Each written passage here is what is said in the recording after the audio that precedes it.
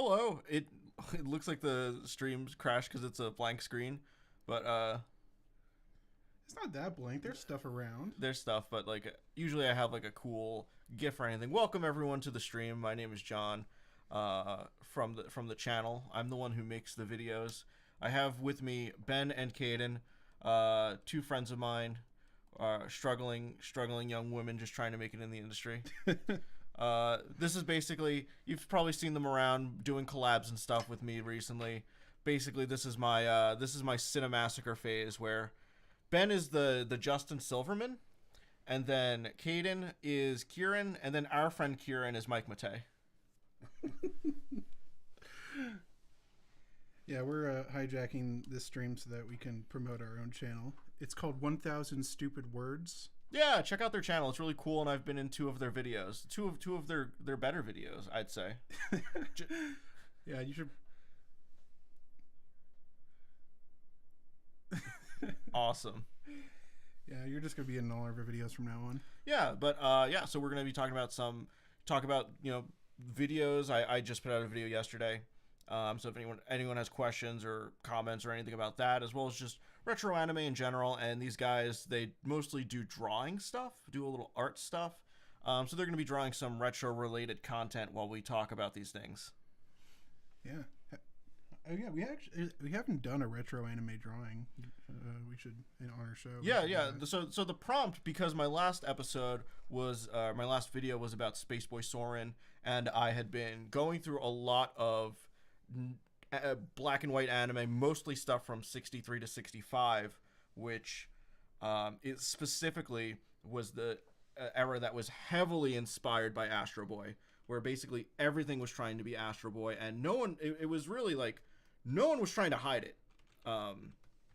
Like once you get to 66, 67, you start to see more diversity, and you start to see more genres come out, because that's when you get like the magical girl genre, and then by the late 60s you get more diverse. Even though they're mostly action shows, they're more diverse. There's a lot more, there's spy stuff going on now. It's not just young boy from space, or young boy who's a robot. And then, so what we wanted to do to capture those early years, we were going to draw some fan-made Astro Boy knockoffs while we talk with the chat about anime and videos and stuff. So Ben, is this... I'm going to try drawing Astro Boy very quickly, and I'm realizing I'm bad at drawing today because we're at an odd angle at my computer, because me and John are both trying to get into our microphone as best as possible.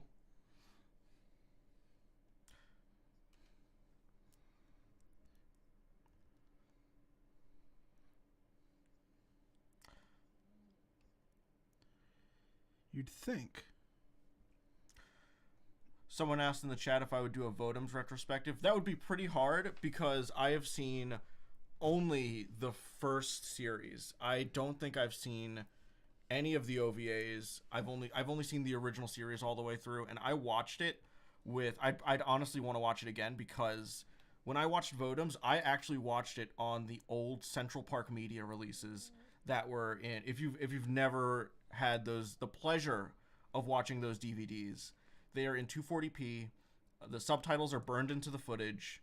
They are dual-sided DVDs too that aren't labeled, and one side is just trailers. So every time you put in a disc, you are taking a shot in the dark as to whether you are actually putting on the movie or just the trailers they included, which is funny because if you get the side right, it says play movie or special features. And if you go to special features, one of the special features is the trailers. And if you click on trailers, it tells you to take out the disc and flip it over. It's like, why? Why even do that? Stupid. It was one of the worst releases I ever owned. But that was how I watched Votems, in the most frustrating way possible. I do have the new release now, and I believe the Made in Japan release, which is the one I have, has all the OVAs included. And I know people someone mentioned Mellow Link in the chat, and I know that's one that gets talked up a lot, where it's like, that's one you need to watch, and I unfortunately haven't seen it. Someone also mentioned Touch here, which is interesting, because I know Femboy Films is remastering that now, and I'm wondering if that's what inspired them to ask that question. I haven't seen Touch, but only because I'm finishing up Miyuki, which is another anime adapted from a Mitsutaro Adachi manga. And I actually love Miyuki, and Touch is considered like, Miyuki was like a kind of a sleeper hit, I guess. It wasn't like a really big anime that's, you know, associated with Adachi. It's in fact, I was shocked that it wasn't about baseball, because all of Adachi's manga are about baseball. Miyuki has a baseball episode, but I was so shocked that it wasn't baseball centric. But I'm still loving Miyuki, so I will probably start watching Touch afterwards. I know the show did incredibly well. Like, looking at its ratings, I think it was constantly hitting 20% in the ratings, and it's considered. I think it's considered his best work. As far as anime adaptations go, I know manga-wise, it's like Touch and Nine are both considered very good. I haven't checked out Touch or Nine myself, though.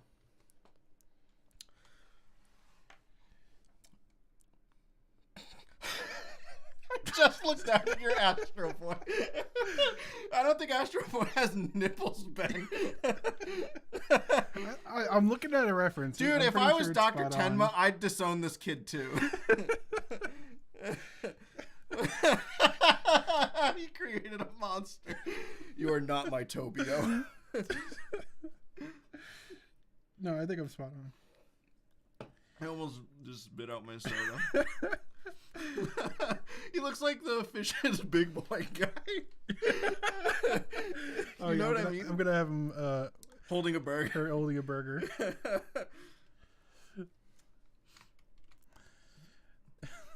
There's a clip that I saw. God damn. There's a clip I saw from the Astro Boy the movie, the game. For when there was a 2009 Astro Boy movie. They made a game on the PSP or the Vita. I don't remember. I don't think the Vita was out, but it was one of those. And it's just a clip of Dr. Tenma. Like, Astro Boy says something, and then Dr. Tenma goes, "Get rid of him." And I really wish I had brought that clip on, because that'd be a great reaction.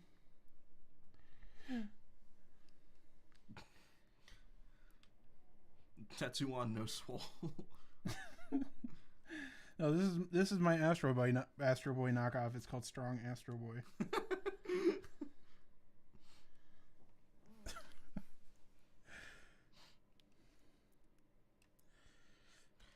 So I see.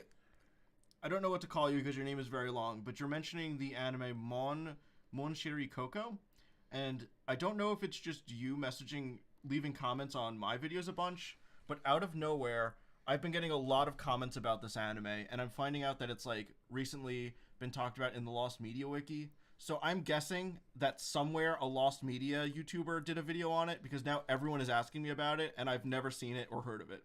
So if that's what happened, I'm curious.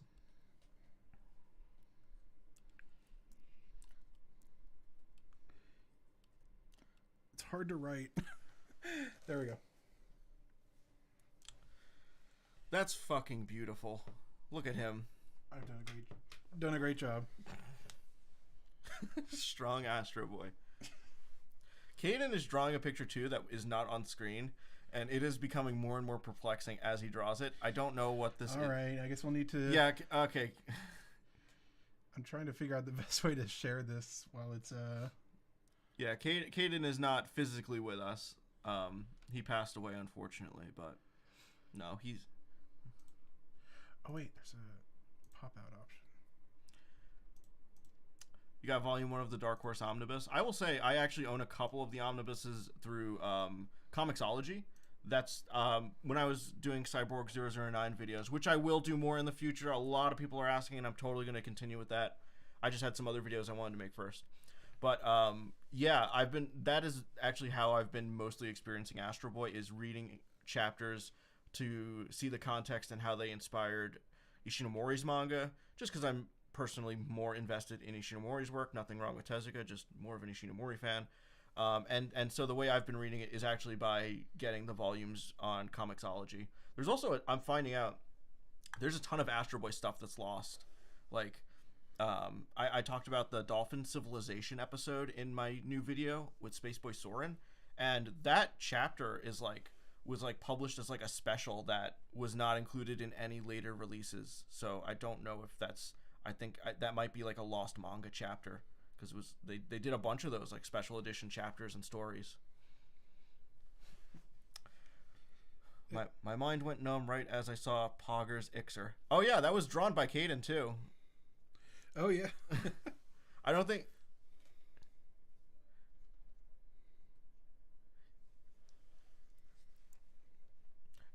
Dude, it looks super good. It's incredibly cursed, but that's what I wanted. I've been trying to draw more Poggers characters, but so far they've only been One Piece, so... What the hell are you drawing? What?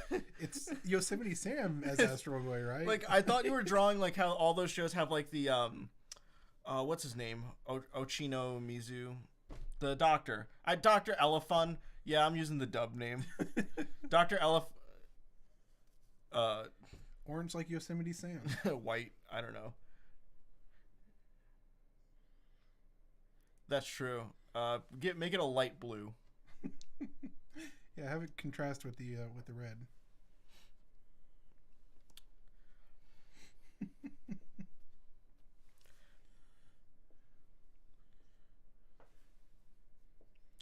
Have I seen Jet or Mars? I did. I actually downloaded there was a torrent for like the first 12 episodes, and I downloaded it, and I had it on my computer forever.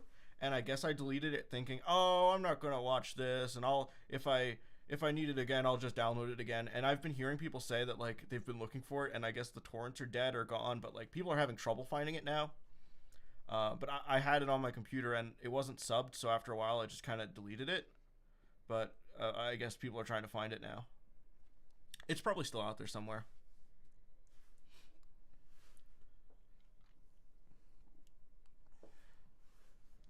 He does. Yeah, make his eyes connect together. No.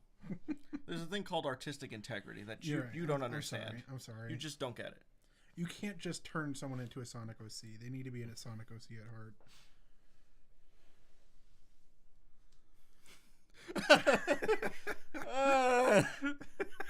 I don't like that. That's part of his biology. Did you include the stars and moon because it's Ramadan? Okay, cool. And then mixing in with the Sonic, he can say "Gotta go fast" because it's. I never heard that.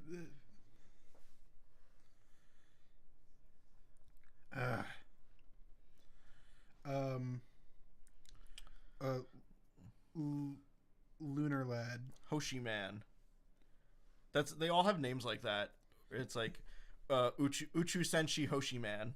That's Planet Warrior Star okay. Planet Warrior Starman. You know what's funny? Someone mentioned, have you gotten into Kinnikuman? Man? I genuinely did by accident. I think I needed a clip for a video and I wound up just watching. Yes, it was actually when I did my Fist of the North Star French dub video. I needed clips of Kinnikuman Man and I was watching through episodes, and it was one of those things where I just got invested looking for a clip and just wound up watching through like a large portion of the Chojin tournament. I forget what it's called. I think it's called the Chojin tournament, that arc. And it was really good. And Terry Man is my favorite Kinnikuman Man character now. I love Terry Man. I want to go back and like watch the whole show because I literally jumped in during that arc just looking for the clip, but then wound up watching episodes going through it. I think you tried to get me into it at some point. Yeah, because I said it had a lot of One Piece feels. Man. And I thought you'd really like it. And it's very funny, but like also has that shonen drama, but with like the goofy the cartooniness of like One Piece. Oh, that's fun. Oh, I'm sorry. I think I did something. That's probably fine. Lunar Lad. There you go. No, I've been showing what you're drawing. I guess we're just going to switch back and forth. All right. Then I'll start drawing again. All right. Should I make another Astro Boy knockoff? One that's a little less blatantly Astro Boy? Oh, you can make it as blatant as you want. Oh, cool. Yeah, everyone else did. Mercury Falcon or Ben, what is your anime manga holy grail? I guess it's like, is it like lost anime or like a physical, or do you mean like physical release that's hard to find, or just like anime that will give you eternal youth? Yeah.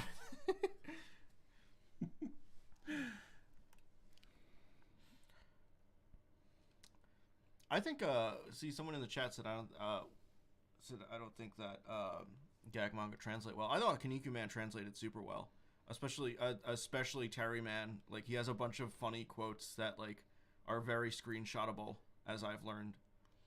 Like, there's the one where him and I think Kaneki Man's real name is Suguru, if I remember right. This was a year ago that I watched through, and I only watched through a couple episodes of that arc. But he tells him before one of the competitions, he's like, if I die, bury me in the plains of Texas.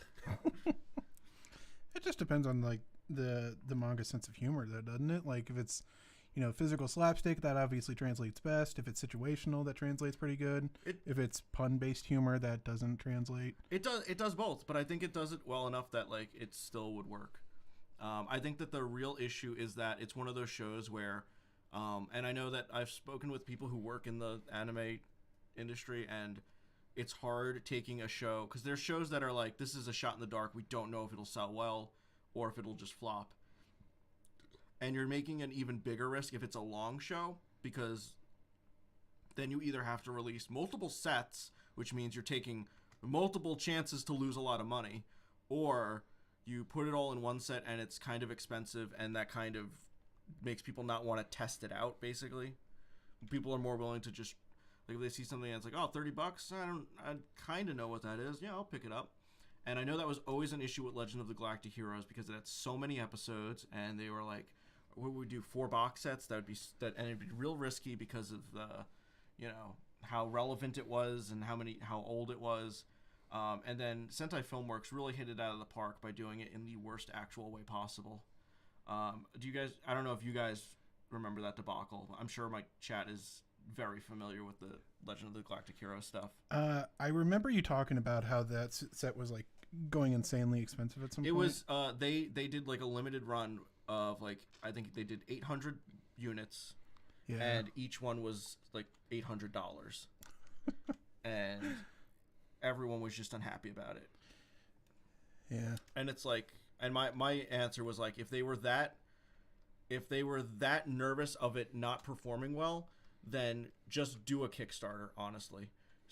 Just be upfront, and there's going to be people who complain about it and say, oh, you should just, what do you mean you got to do a Kickstarter? It's like, I know there's always going to be people complaining when you do something out of the ordinary, but I think in the long run it would have made the fans happier, and it would have been Sentai doing a good business move for once in their goddamn lives.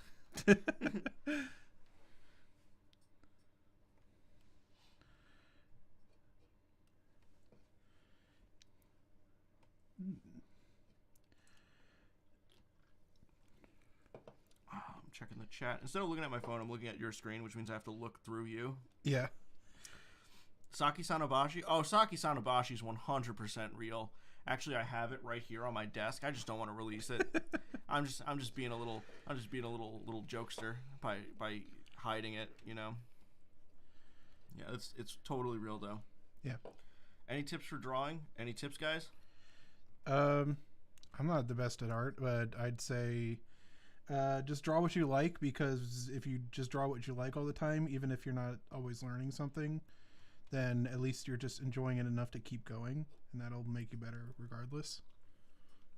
So don't worry about, like, if you're trying to improve, don't worry so much about it. Just worry about having fun. If you have fun by improving, then you know go to all these, you know, online tutors and things and do your best with that. But yep.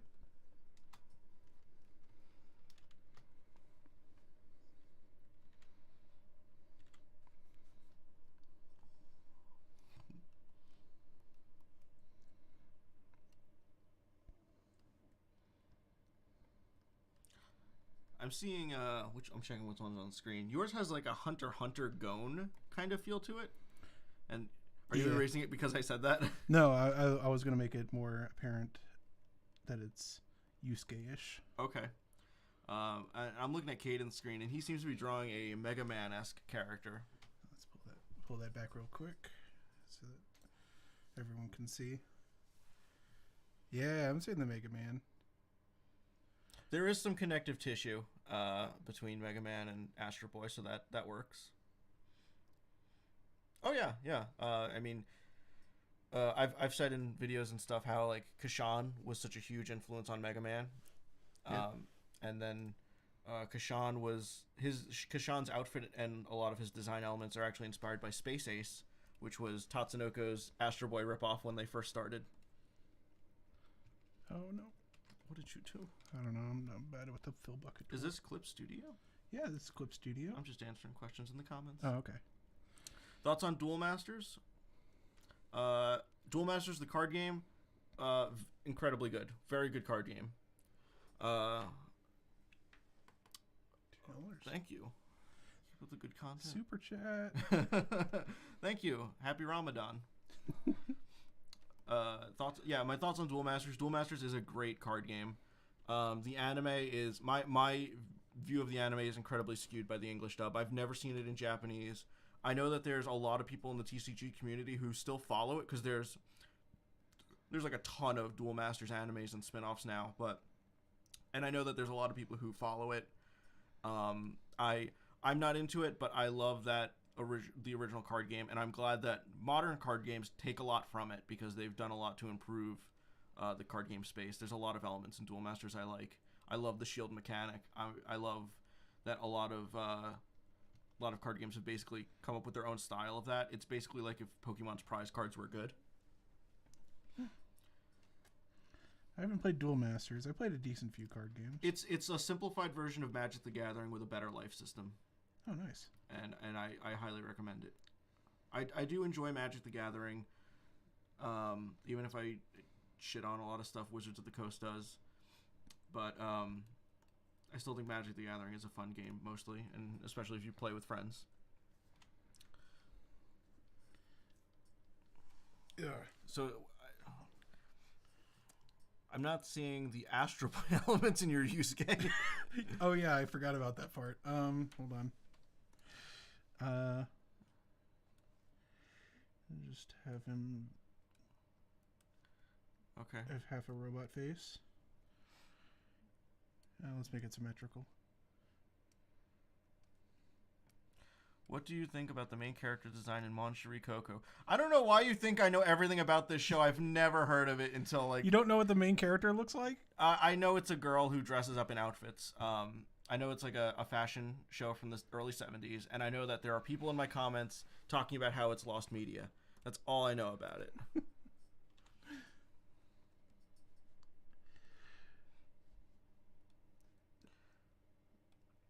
Do you know what's going on with the anime studio AIC? I didn't know that they were still around. Have you seen Doraemon or anything by the late Fujiko Fujio? I sadly haven't. I actually haven't either. I did watch, they had a ninja show. The name totally escapes me. I want to say, I totally forget what it was called, but they had a ninja show that was on Netflix, and it had a Southeast Asian English dub. And I watched a little bit of that. It's clearly aimed at kids, and it wasn't really my thing. But I respect their work. They were really close with Ishinomori. That's how I know most of their stuff. Is through Ishinomori. They were roommates, and they actually are a really good source when it comes to talking about stuff like Ishinomori, his early years, as well as early years with Mushi Pro. I believe that they worked on that Astro Boy episode I talked about, the one where they found, I think they were members of Studio Zero, which I've talked about it on Twitter, where Studio Zero was an animation studio that Ninja Hattori, someone mentioned it. It is Ninja Hattori. But I believe they were members of Studio Zero, which was the studio that was put together with a bunch of, I think it was the Tokiwaso guys. And of the group, only one member had ever animated before. And the other guys figured, hey, can we get rid of the guy who's putting the N-word in the chat? That wasn't a joke, by the way, Ben. Yeah, I know. I'm trying to think of how I do that. That is a joke I would make to keep you on your toes by saying, oh, I think there's some N-words in the chat, but no, there's an actual guy. But yeah, what was I saying now? Yeah, I believe they were members of Studio Zero. Having a little trouble? Yeah, the options bar isn't popping up.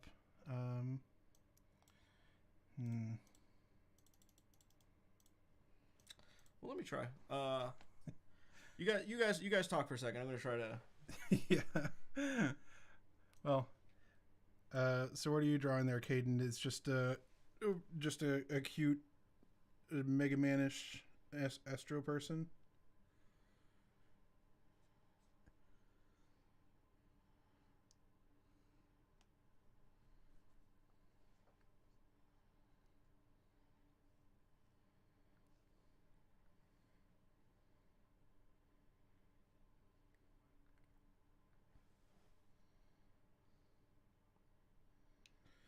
I'm going back through these to try to find it. There was Prince Planet is the power stance in front of a planet. And he does have a fin on his head. So I think that... Oh, wait, no. Space Ace is the one doing the pose that you're drawing. And then Prince Planet is the one with the fin on his head. I'm back. Prince Planet's that's also a localized name. But his real name is like something. I just know his real name was Poppy, and I thought that was funny. P-A-P-I. He's no Poppy of mine.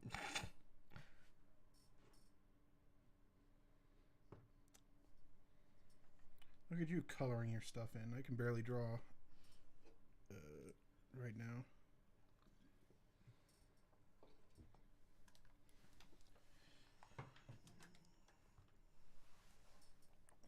Who the best girl in Pokemon? Mine is May. Possibly controversial opinion. I mean, May was the first one with any boobs, so it makes sense. I mean, well, is that all? That's all you care about? I said that more condescending than I meant to because, like, the reason I know this is because I was the same age as you, and I very much appreciated that. I was gonna say, yeah, I was going through puberty when that error happened.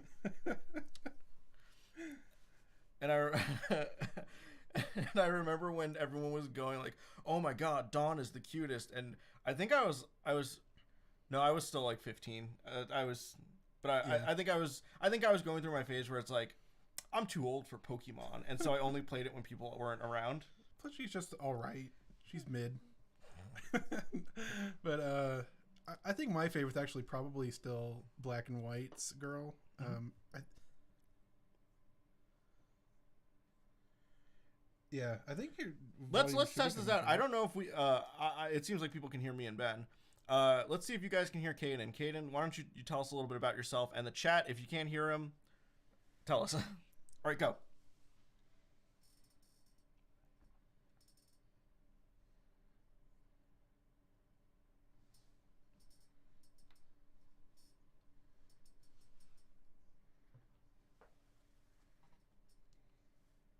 Yep.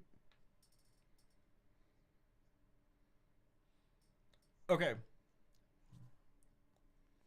Okay, did you guys hear that?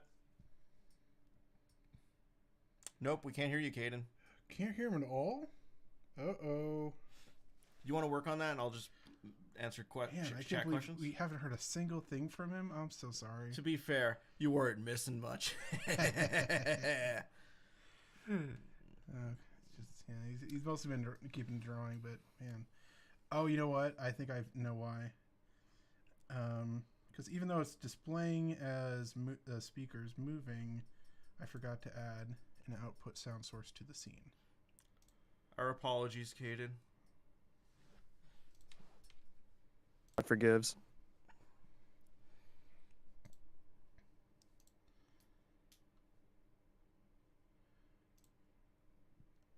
Okay, let's try that now. Is that coming through? Am I coming through, guys? Can you hear me now? Did you guys hear that? Did you hear that new voice? A brand new person joining the stream. Oh, we have a new friend. Yay! Awesome. You can be heard.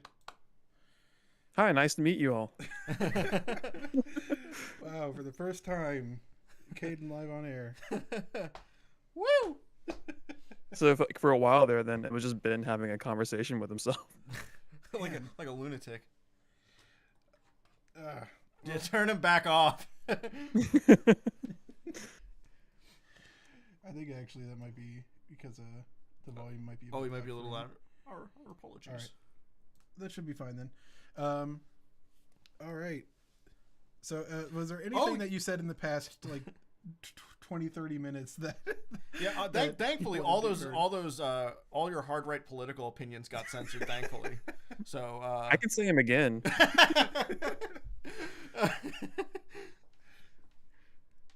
I mean, I think there's a lot of points you to really be made insisted through. for a while that one guy saying the Edward in the chat. and you just kept going. He kept going on about vaccines, guys. I mean, Astro Boy is basically the Ubermensch, which is Nazi propaganda. There we go. But you know what? I think I forgot to. I didn't even mention this when we started the stream, but I do have about 4 minutes of my next video. We actually, well, all in all, we have 8 minutes, but I cut out like a 4-minute segment to show on stream as like a preview. Yeah.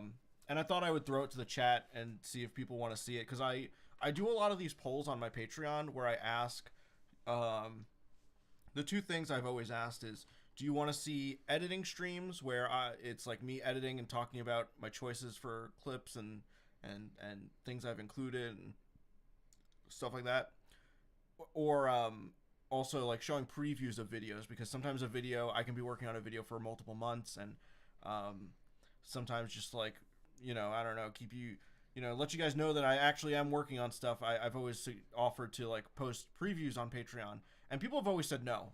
Historically, everyone has said no, I want to see it when it's done, which is fine. If that's what people prefer, I'll do that.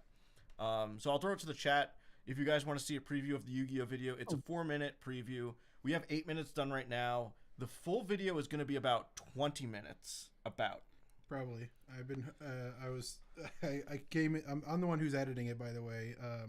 We thought it was going to be close to 16, but it keeps expanding as we discover more. So. Yeah.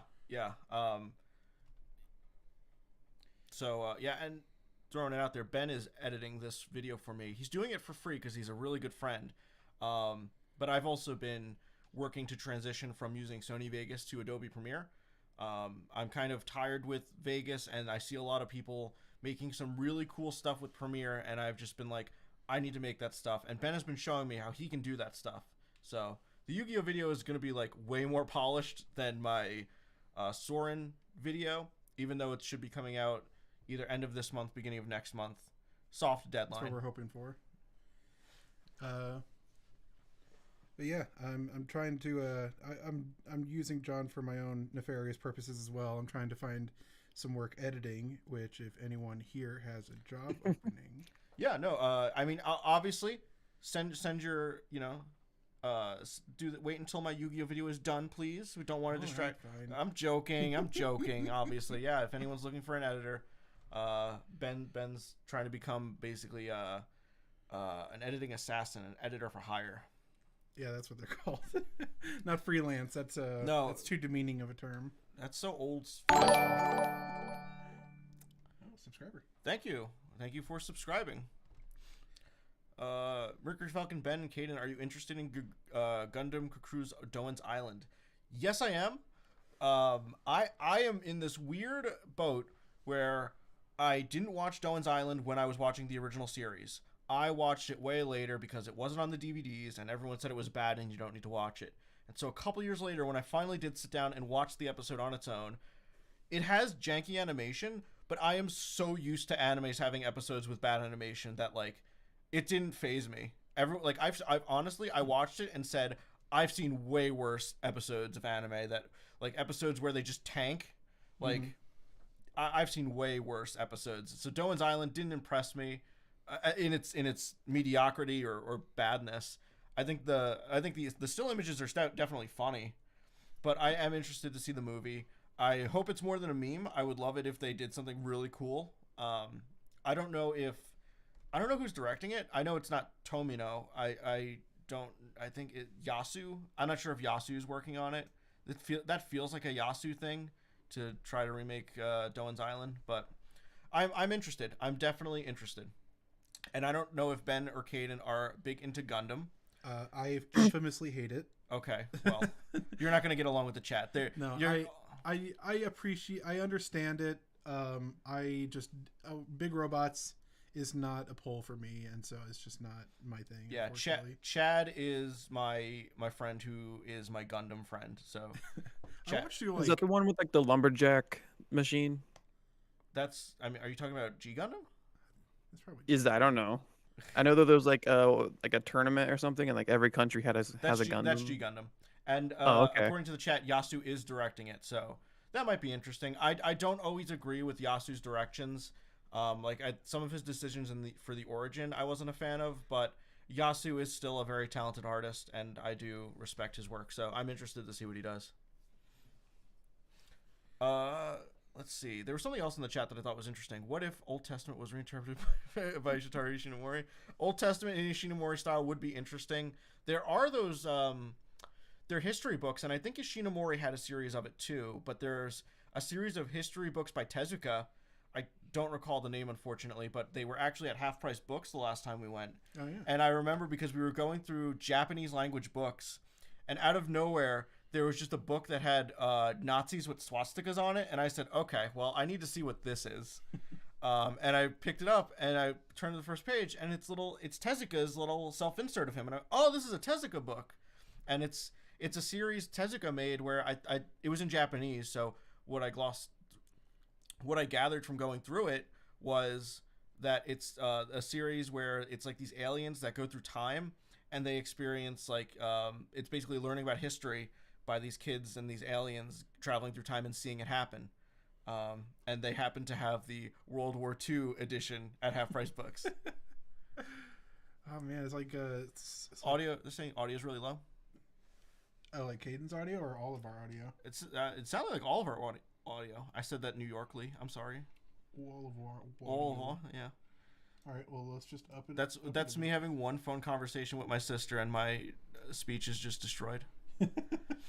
My sister still lives in New York, and my whole family still have very thick New York accents.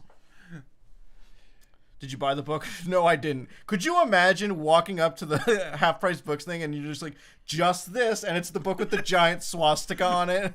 Could you? Yeah, just buy some other like $2 Japanese books. I would have to sit there. I would be like, can I just explain what I'm buying to you before I show it?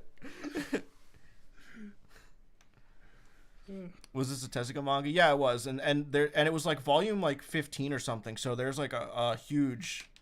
A bunch of these that you could probably find. All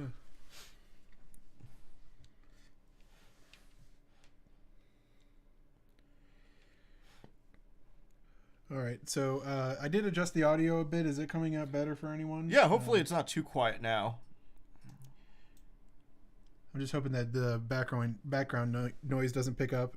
I mean, you said background. It's the only background noise is like the computer, and it's not that bad. Yeah, I'm just saying it's like appearing on the bars. Yeah, that's buying the swastika book is a gamer move.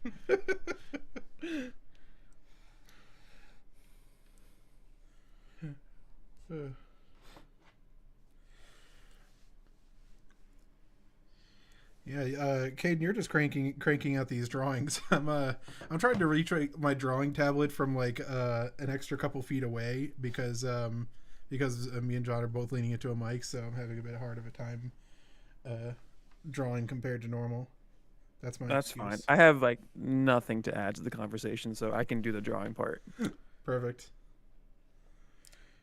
So what's this character you have there? Also, I wanted the chat to weigh in. Do you want to see a 4-minute preview of the Yu-Gi-Oh video? If we can get if we get a bunch of yeses or a bunch of no's / I'd rather wait, just let me know. I heard 1 or 2 yays. Okay. That's about it. I'm hearing it's still I'm seeing it's still too quiet. This character is like, I wanted to do like a Saturday morning type character, like a cartoon from the West. I know you hate those. I do. And It it's kind of coming out like TJ from Recess. Hmm.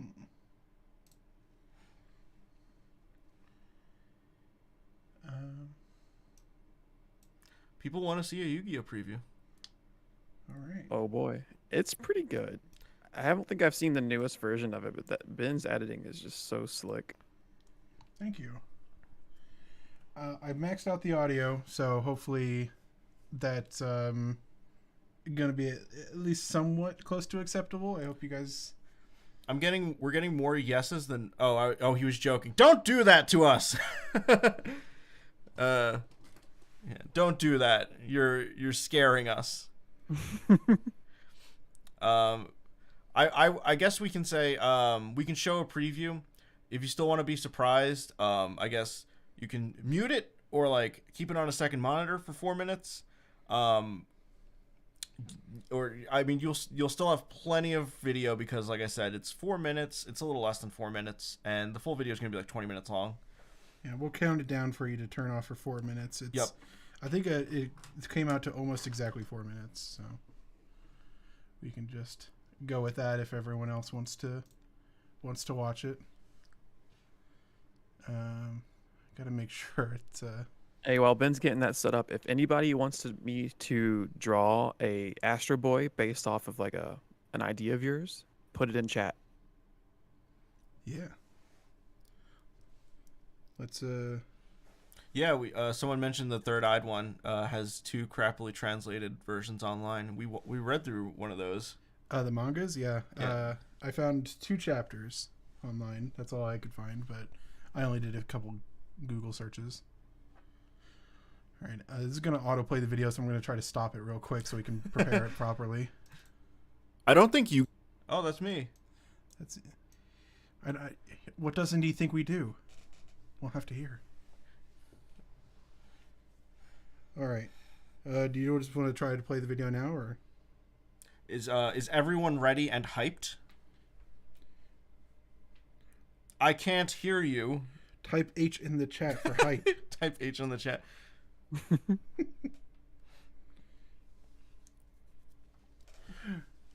Okay, I think we're ready. We're gonna play the preview. It's 3 minutes, 3 minutes 54 seconds. And then if you don't want to see it, mute it. Come back. Yep. So let's get it up and ready. Actually, let's adjust it because it's only capturing part of the screen here. Hey, thank you for the super chat. Check out Wonder Island on IGG Tezuka style. I will.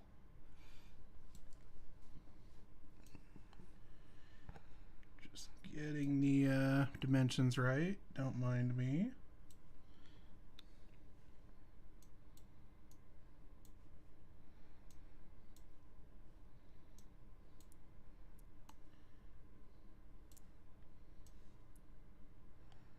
All right. We're going to count it down from 5 then. Are you guys ready? Actually, Caden, you're not going to be able to hear the audio unless I do something different. Oh, that's fine. I can watch it later. I'll show it to you later. We'll show you later. All right.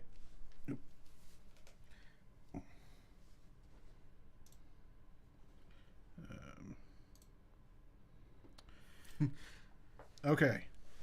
Counting down from 5 then. 5, 4, 3, 2, 1. I don't think Yu-Gi-Oh needs an introduction, but here it is. Yu-Gi-Oh was a manga created by Kazuki Takahashi and published in Shonen Jump starting in September of 1996. The main premise is that a boy named Yugi Muto solves an ancient millennium puzzle that allows him to transform into a darker version of himself, a version with supernatural powers, and may or may not have been an Egyptian pharaoh.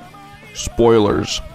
The series featured battles performed not through combat but through various games, which Yugi would play against the villain of the week, eventually defeating them and delivering a penalty game, essentially delivering their just desserts.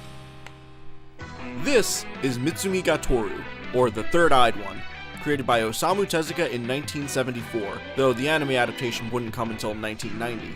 It's a pretty interesting watch, especially if you're familiar with the Yu-Gi-Oh manga, because if you are, then you'll notice that the first chapters are strikingly identical. Mitsumi Gatoru follows a boy named Hosuke Shiraku. Hosuke is smaller than his classmates, and this leads to him being the target of bullies, but Hosuke isn't fazed and tries to be their friend. This upbeat, childish nature angers Saburo Kido, and causes him to throw Hosuke in the school swimming pool, while Hosuke's only real friend, a girl named Chiyoko Wato, stands up for him, berating the bullies. You've probably already noticed the similarities, though the events are moved around a bit. Yu-Gi-Oh! Opens with Yugi, a small, kind-hearted boy who gets bullied by two students named Handa and Jonochi. Yugi's friend Anzu Mizaki stands up for Yugi and sends them running off, but unbeknownst to Yugi, Jonochi steals a piece from Yugi's Millennium Puzzle, which he throws in the school swimming pool. Mitsumi Gatoru follows this up by having Chiyoko and Hosuke go to a museum where they find an ancient statue. Like Hosuke, the statue has a bandage in the shape of an X on its forehead, which makes Chiyoko curious about the bandage on Hosuke's head. Chiyoko tries to take the bandage off, but Hosuke tells her that if he takes it off, his dad will beat him. Chiyoko takes it off, revealing Hosuke's third eye, and with it, unleashing a much darker side of Hosuke. When his third eye is opened, Hosuke regains his memories as an evil prince who in ancient times ruled over a class of three-eyed superhumans. Thematically and aesthetically, we can already see Takahashi's inspiration for Yu-Gi-Oh's Dark Yugi taking shape, as the darker version of Hosuke not only sports a third eye on his forehead, but also turns his school jacket into a cape, design elements that are heavily associated with Yu-Gi-Oh! This actually works out quite well for Takahashi's manga, since the Eye of Horus is already a symbol associated with ancient Egypt, and it appears on all of the Millennium items. But in earlier chapters, it's very common to see it appear on Yugi's forehead, invoking the same image as the evil Hosuke. Backtracking to the scene where Hosuke and Chiyoko visit a museum, I can't help but notice how similar this feels to a scene that precedes Yu-Gi-Oh's Battle City arc, where Yugi and Anzu visit the Domino City Museum and discover a stone tablet that serves as a hint towards the origin of the dark spirit of the Millennium Puzzle. In the first episode of the anime adaptation, Hosuke is portrayed as a full-on villain, but following that episode, Hosuke's transformations usually serve the purpose of delivering just desserts onto others, or saving him and Chiyoko from dangerous situations. Yu-Gi-Oh! Skips this conflict in Dark Yugi's first appearance, instead portraying him as a protector and arguably a metaphor for the strength and courage someone of weak stature might hide deep inside them. Hosuke, on the other hand, is straight up fucking dastardly. Even though he frequently acts to protect himself and Chiyoko, the series makes it clear that he is still a villain, and after defeating that episode's villain, Chiyoko is forced to slap the bandage back on Hosuke's forehead. For example, in one episode, Kido bullies Hosuke by dumping soggy ramen noodles on his head. So when the evil Hosuke emerges, he builds a machine that turns Kido's brain into soggy noodles. The effect only lasts for 3 days, but Hosuke says he'll continue working on the machine until the effect is permanent, which is where Chiyoko has to step in to put an end to his evil plot. Also, I couldn't help but notice while editing how similar the panels are of Hosuke designing his machine to the chapter where Yugi makes a maze out of spray paint during the Zambire story.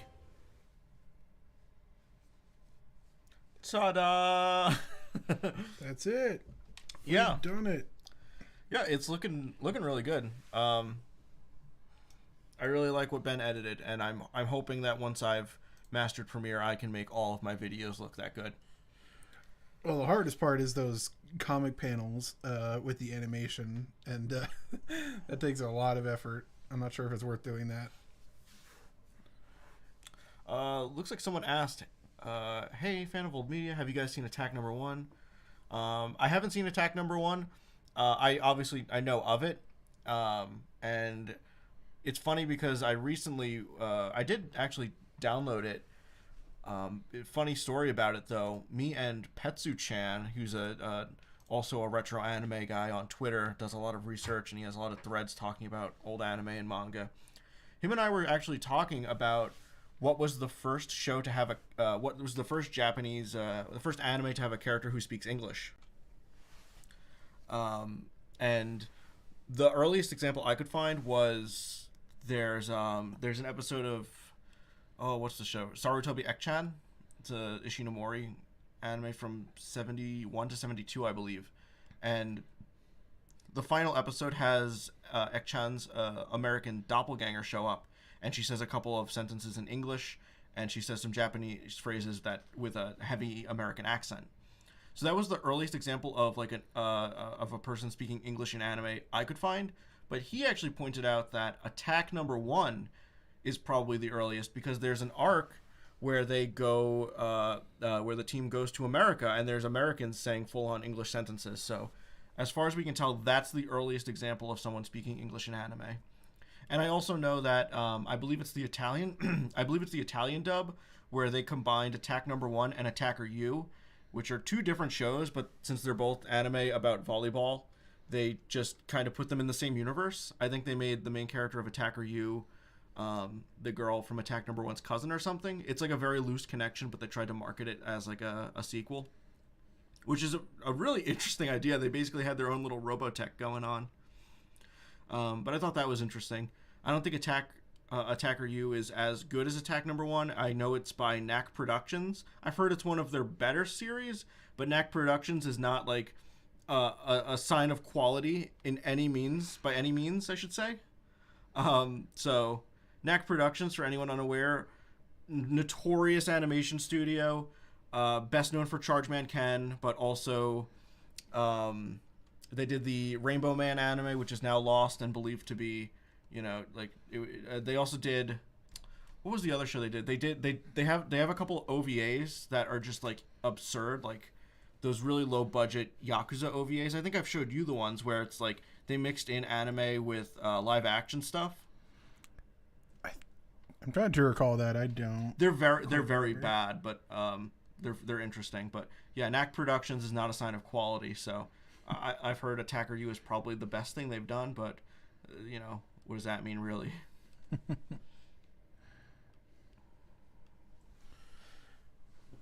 I don't know what I'm doing here with the drawing.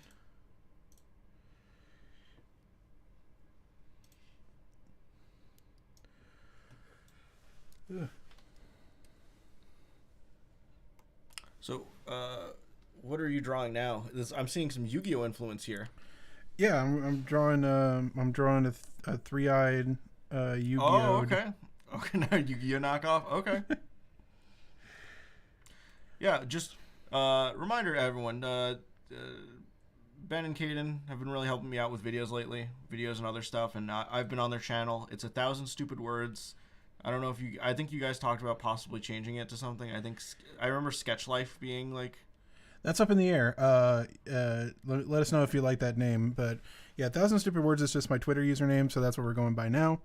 But yeah, we just every once in a while we drop a video of us just chatting and drawing a fun prompt. We drew.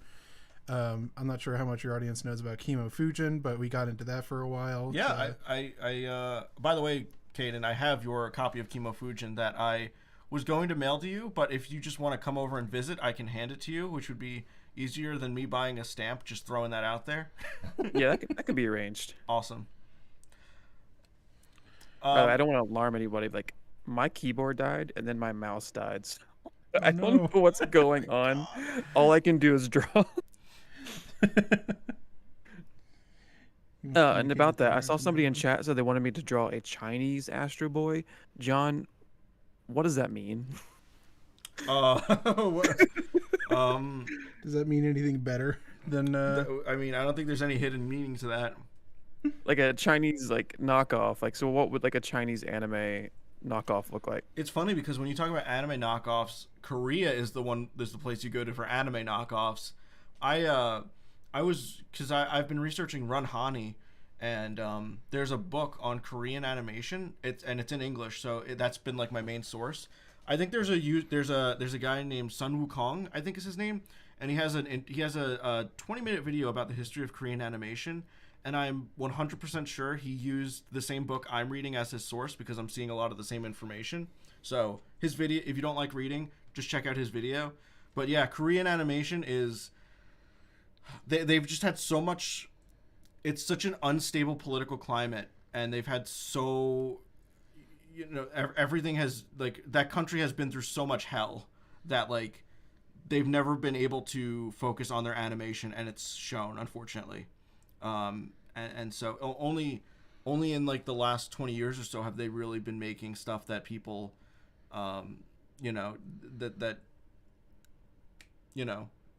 be good. But like in the 70s and 80s, it's all anime knockoffs, and they were very anti-Japanese at the time. because of like cultural and political reasons. And so there's a lot of stuff where it's like they wanted to import anime, but they couldn't. It couldn't be Japanese, and so they made a bunch of Galaxy Express 39 knockoffs and Mazinger knockoffs. There was I didn't know that Taekwon V came about because they wanted Mazinger Z, but he was too Japanese, so they decided to make him more Korean by having him do Taekwondo. And I didn't realize that's where Taekwon V came from.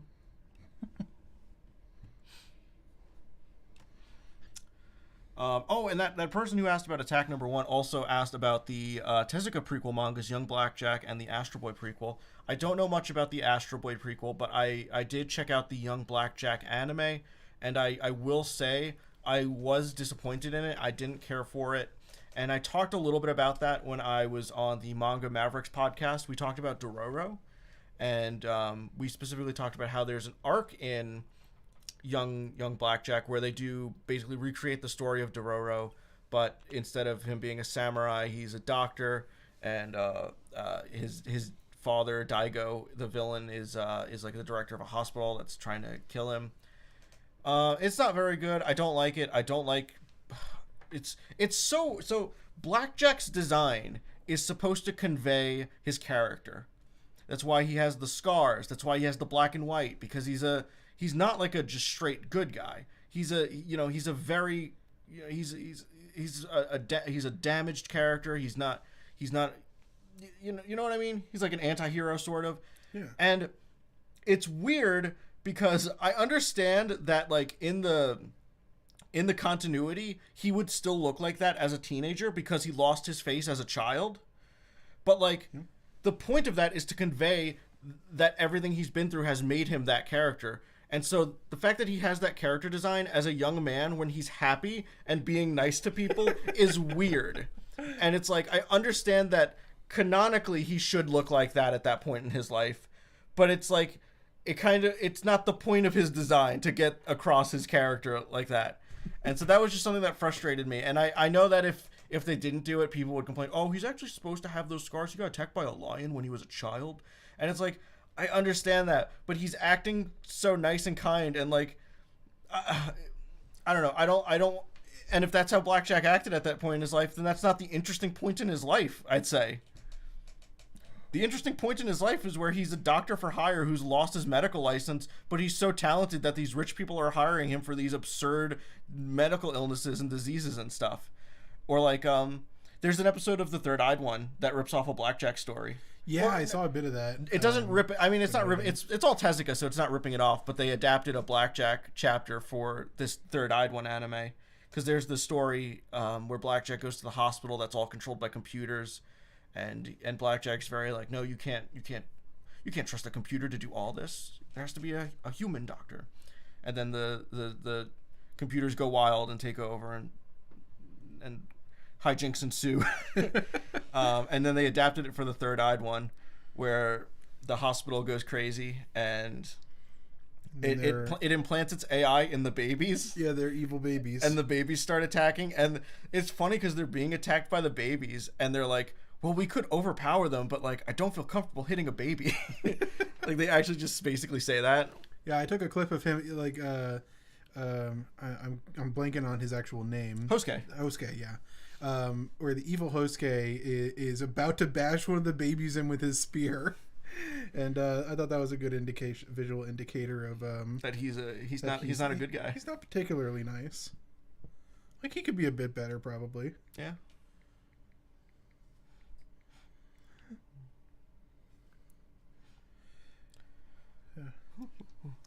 That's a nice Chinese man. Oh wow, hey, that is good. I wasn't looking at this. I have no idea what I'm doing, so I basically thought, all right, Mulan. What are some things from that movie I can remember? Mulan is Chinese. It works. You've done it. You've met the brief. Right now I'm trying to draw the Monkey King's scepter, but I cannot remember what it looks like for the life of me at all.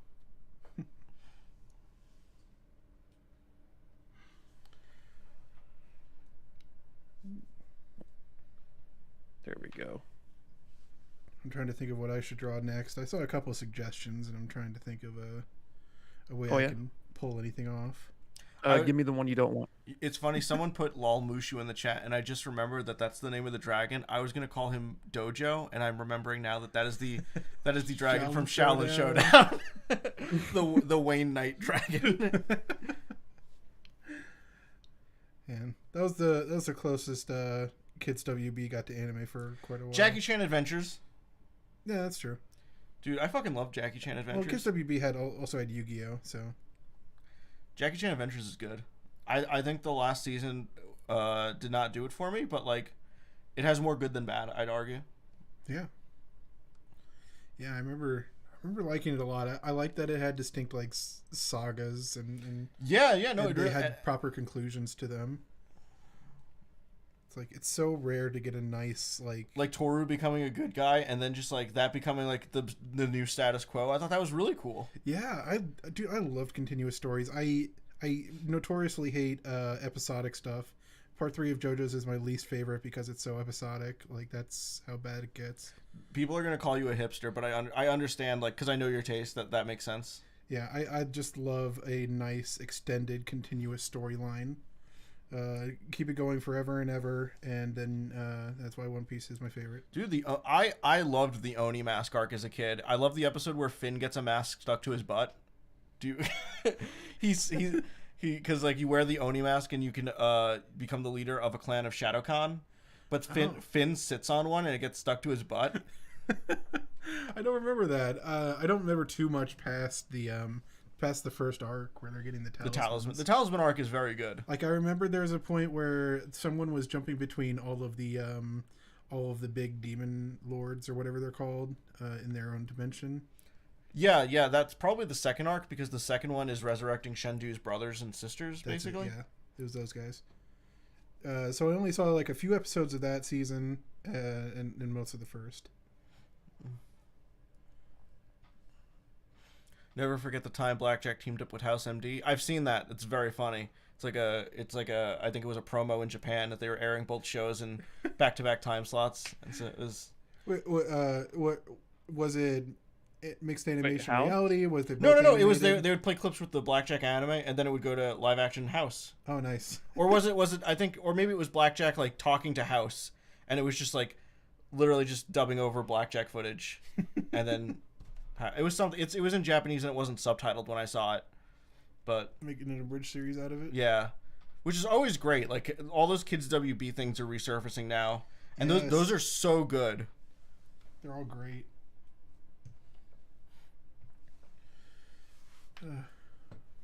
How come Mazinger Z's manga has never seen an official release?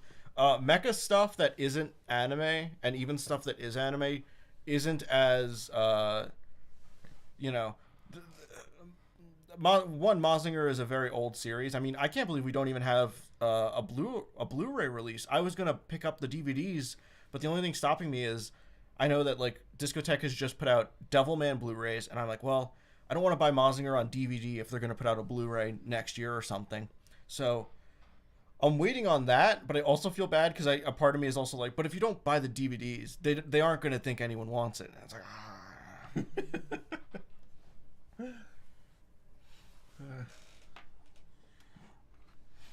just encourage everyone else to buy the DVDs, and then you don't have to. But I try. I feel like I feel like I don't know. I feel like I struggle to influence people in that way. I always try to do I always try to do videos talking about that stuff, and I feel like it's hard to like I remember how in like 2012 and that was the year we met. We became friends. I remember we were always trying to get people to watch Kaiji because the second season had come out. Yeah. And we're trying to get everyone to watch Kaiji, and everyone was like, "This show looks dumb. This show looks ugly," and everyone was watching those stupid ass harem shows.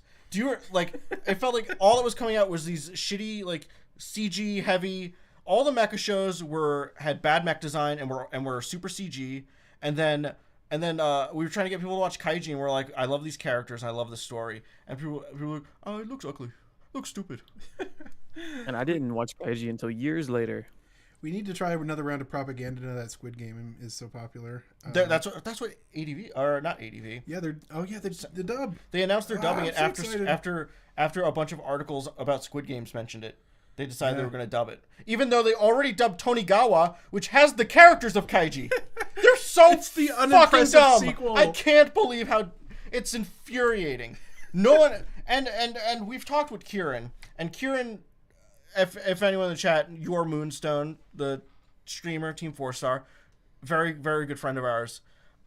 We've talked with him, and he talks to the Funimation people, and he's like, and I've asked them like, what's because me thinking like there's got to be a reason. Someone must have come in and said, with my authority, I'm saying you have to do this stupid thing. Like Toei stepped in and said, no, you have to use these bad rips of DBZ. And I always ask him, and he just tells me, no, they literally don't know what they're doing. I'm like, what's the method to the madness? And he's like, oh, they're just winging it. Like I was asking him about like the Sony stuff, and I had some questions about like, what are the actors' plans and this, that, and the other thing. And he said, no one knows what's happening. This all that they just dropped it on everyone. Like that's just how they do it. Man.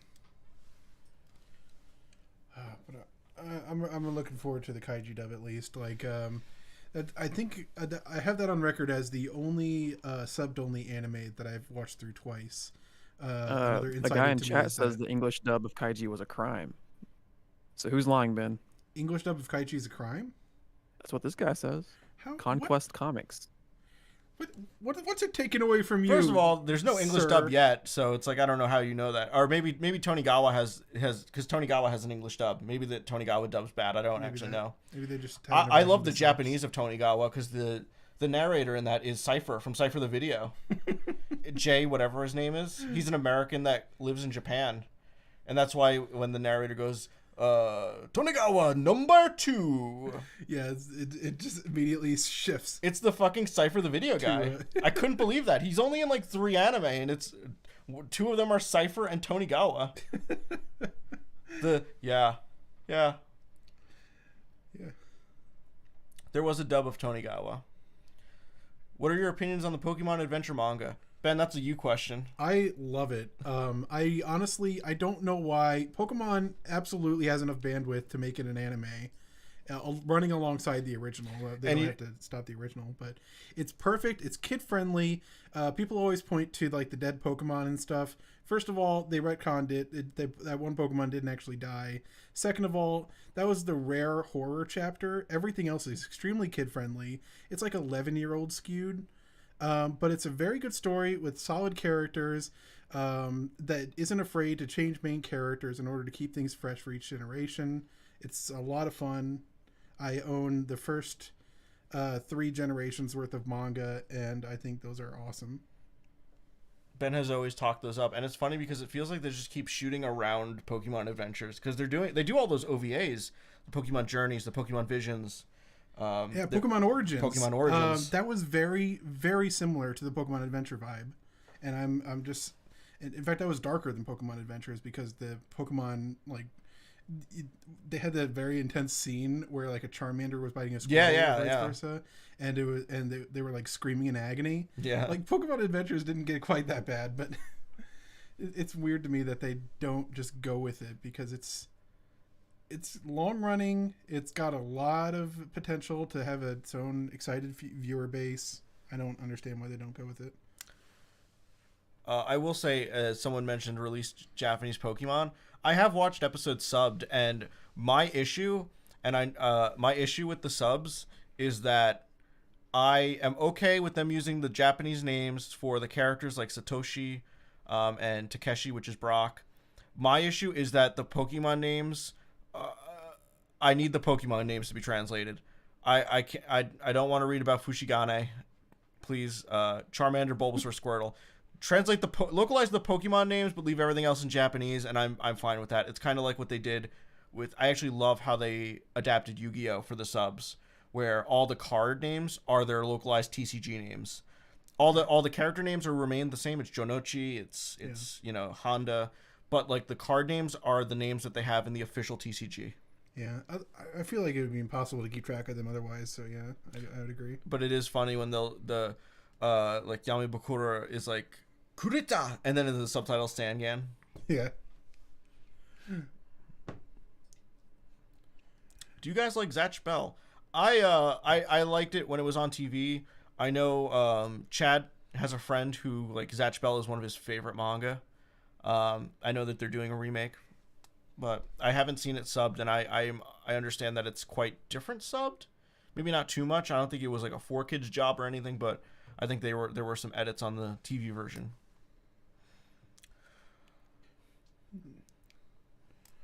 All right, I'm gonna try drawing again.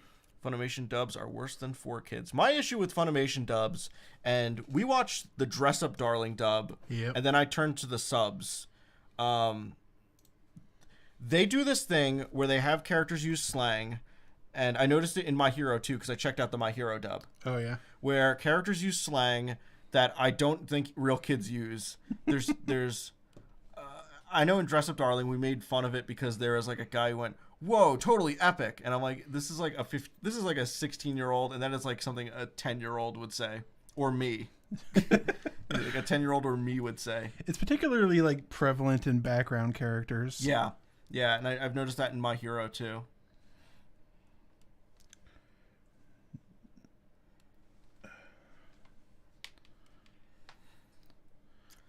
I feel like I'm so bad at art when I'm doing it from this angle.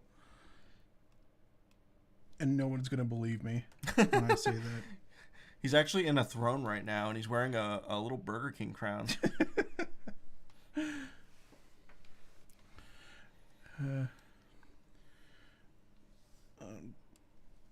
I'm doing my best here. I'm gonna put like a piece of my good artwork like up alongside this. Okay. No. I mean, I don't know if these guys have seen your Dress Up Darling art. Yeah, you retweeted that, didn't you? So I did. I think I did. So go to John's Twitter and I tweet find the... so much though. And okay, go to my Twitter. My then. Twitter is also insufferable. At 1000, the number numeral 1000 stupid words. It's like my latest tweet, I think. Yeah, Ben only posts art, and it's a very chill Twitter to be following. Yeah, and I don't know, I can't remember how much Caden posts, but he probably does good stuff too. Not too much political rants. Just one every day. I limit it to one a day. Yeah.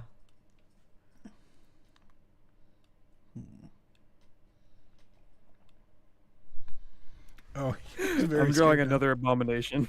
Oh no! Now we got to see it. Yeah, let's take a look.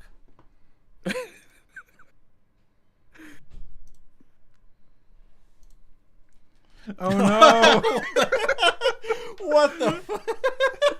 This is a failure. I told myself I was going to draw a God. Homer Simpson Astro Boy, and I'm not even gonna pretend like I did this on purpose. I forgot that he had a nose, and then I thought, well, actually, anime characters, they don't really focus on the nose too much, so I'm just gonna leave it like that. And he just looks like a parrot that like a is frog, wearing man. people clothes. Can you call him Tetsuan Homer? I mean, I can't spell it, but you can call him that all you want. Oh, chat wants you to put your Twitter in the stream. Put it in the chat. Oh, okay, yeah, I can do that. I'm going to use my own account to do that. How about that? That way you can just click on my name and follow, subscribe to my channel, or else. Are you making him a priest too? It looks like he has a priest collar. You're right. I need to change that. It's going to take me a second. Okay, he's got a little star choker. I see. Now he's a galactic priest.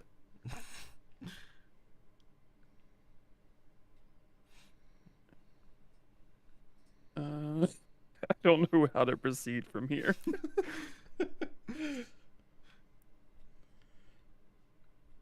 Okay.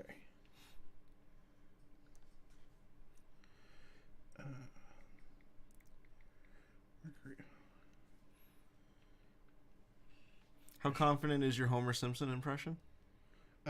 Mine, not very. I haven't tried tried it like ever before. Merch. But March. Donuts. Ugh, I can't do that. I can do the Homer scream. I've done it in bridged episodes. Yeah. I've done it really well. Someone thought it was I think Nick thought it was a stock Homer screen, but it was just me. That's good. Let's see if that works. I'm linking it in the chat. It's 1,000 stupid words. Take that. What did you just walk in on? Well, this is Tetsu on Homer. He's soaring high in the sky. Might be small, but only in size. You should actually just put small, but only in size. Merge. I think those are the lyrics to the Astro Boy theme. I haven't heard it in so long, despite using it in a video recently. Someone asked, best way to watch anything Kaiji Akagi related is in Japanese. I would agree. Definitely the best way to watch it. Have you guys played Pokemon GBA ROM hacks? Someone adapted the first few arcs of the Pokemon Adventure manga, and it's called Pokemon Red Chapter. That does sound interesting. I haven't played a ROM hack in maybe 10 years at this point, though. Yeah, I mean, it was all the rage back when we were in high school and stuff, but yeah, it's dropped out of favor. But I wouldn't be opposed to it. Yeah. I haven't played a Pokemon game in quite a while now, except for Legends. Arceus? Yeah. I still call him Arceus. I know they officially changed the pronunciation to Arceus. Yeah, because I think it sounds like Arse. They wanted to avoid Arse. I think I know Kieran mentioned he went through and listened to the Japanese pronunciation. It's Arceus. Arceus, okay. I trust him. He did learn Japanese to go to Japan and then stayed in Texas. Yep. To be fair, living in Japan doesn't sound particularly fun. I don't know. I feel like you get some fun out of it. Yeah, visiting Japan sounds like a blast. I want to go to the onsen. Living in Japan seems oppressive. Oh, merge. I'm just coming out with hot takes this people episode. People are saying Big Fire and Black Ghost, which are not Astro Boy villains, by the way. Okay, now he's turning into like a bondage thing. Yeah, you got a leather daddy. Merge. I want to go to the Village People concert. He looks concerned, like someone strapped the rocket to him. I hope this doesn't go badly. Dr. Tenma, what are you doing? I can't beat Pluto. He has 1 million horsepower. How do Simpsons' arms work? Do they just kind of like turn without elbows? They're pretty limp, actually. They're not curved upwards in the way you drew them. But they don't have a wrist or anything, and the hand is pretty squat. Bert.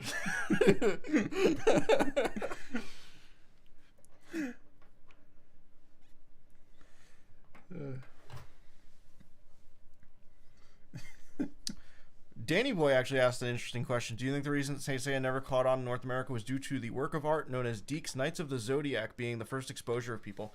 I don't, and I've actually had a long conversation with Chad about this. That we don't know why exactly, but Saint Seiya just doesn't work, and I think I think his name is Dan, the guy from Toy Galaxy, said it might just be that Saint Seiya inspired so many shows that got adapted and brought over here first that an American audience it doesn't feel fresh to them. Makes sense. Because like a step backwards. Yeah, because we got like Ronin Warriors was an answer to Saint Seiya in Japan. It was Sunrise being like, we need a show that's like Saint Seiya. But Ronin Warriors was a lot more popular over here, and Saint Seiya didn't come till later.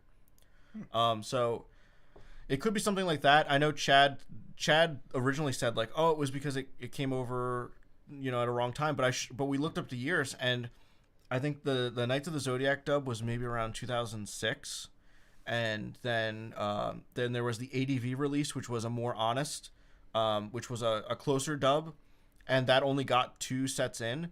And then Netflix got the rights, and they were adapting it during the big anime boom over the pandemic, where anime was streaming anime was like making tons of money during the pandemic, and it's still doing really well now. Mm-hmm. And it just freaking flopped. It flopped on Netflix.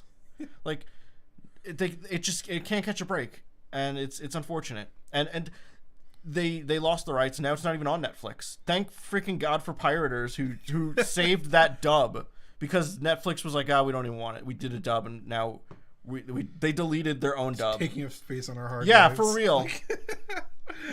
I feel like something kind of similar happened with Shaman King. I mean, I actually don't like the new Shaman King anime for a number of reasons, but I think it's probably it's a lot more basic of a shonen anime than people are used to lately, and that will make it hard for it to ever get off the ground.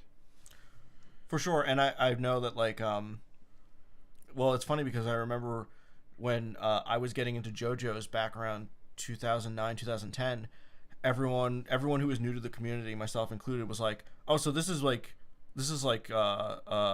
steroid Shaman King is what people were calling it. And like, yeah, Shaman King really is just like that. They're using stands to fight. Yeah. And I feel, but like JoJo's there's so much more to it that, like, I don't think in a post JoJo's America, Shaman King stands a chance. No way. Especially never thought I'd hear post JoJo's America. A post JoJo's America, yeah. What color are Homer's shoes? Black. Yep. I remember because in the submarine episode, it looks like he has no feet. Hope someone got fired for that.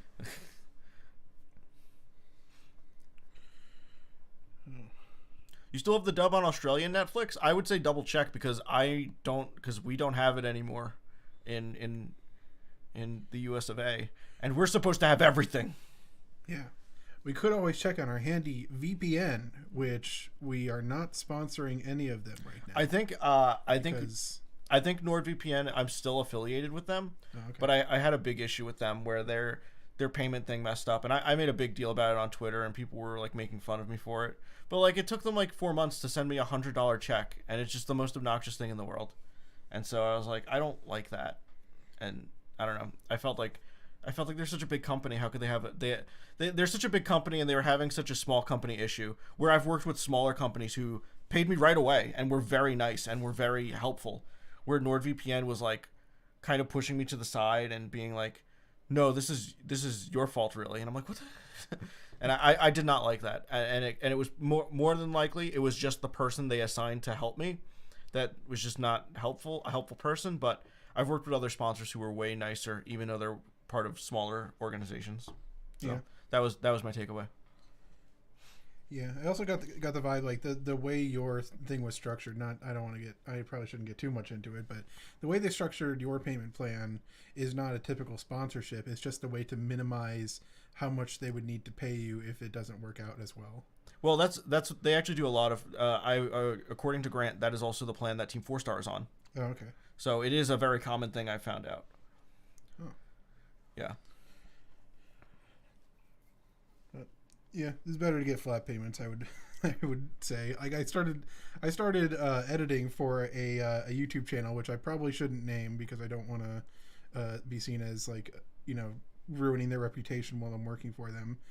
But I started working for a group that basically just seems like a guy who started a YouTube channel around just some really like stupid anime stuff. Yeah, like he started a channel in 2018, and it's just like blogs about shonen anime, basically, like the popular stuff, and it is so surface level. It's wiki articles, yeah. Reading off and for like 10 minutes. But he hired dozens of voice actors, dozens of audio editors, image editors, and I'm one of their many video editors, and they just pay us like a fraction of the ad revenue. And so I'm convinced that the guy at the very top is basically just getting 15 to 20% off of every single video, not putting in a single ounce of work. And it's not a bad way to make money, I guess. I mean, you have to set yourself up for that, and then at the same time, like, I understand that means that the people who are doing the work are getting less money, but he is still not getting very much money at all from it. Like, yeah. the way they operate, it like a few of their videos, like, it looks like they had potential. They got like hundreds of thousands of views and things like that. But they release a video every single day, so nobody wants to subscribe. It is all low quality. I will say they have a decent subscriber count, but it could be more, especially considering it's surface level stuff about shonen anime. Yeah, it could easily do better than it's doing now. But they kind of just shoot themselves in the foot by trying to produce so much more content. Yeah. Aha! See, I told you, Saint Seiya's gone. Aha!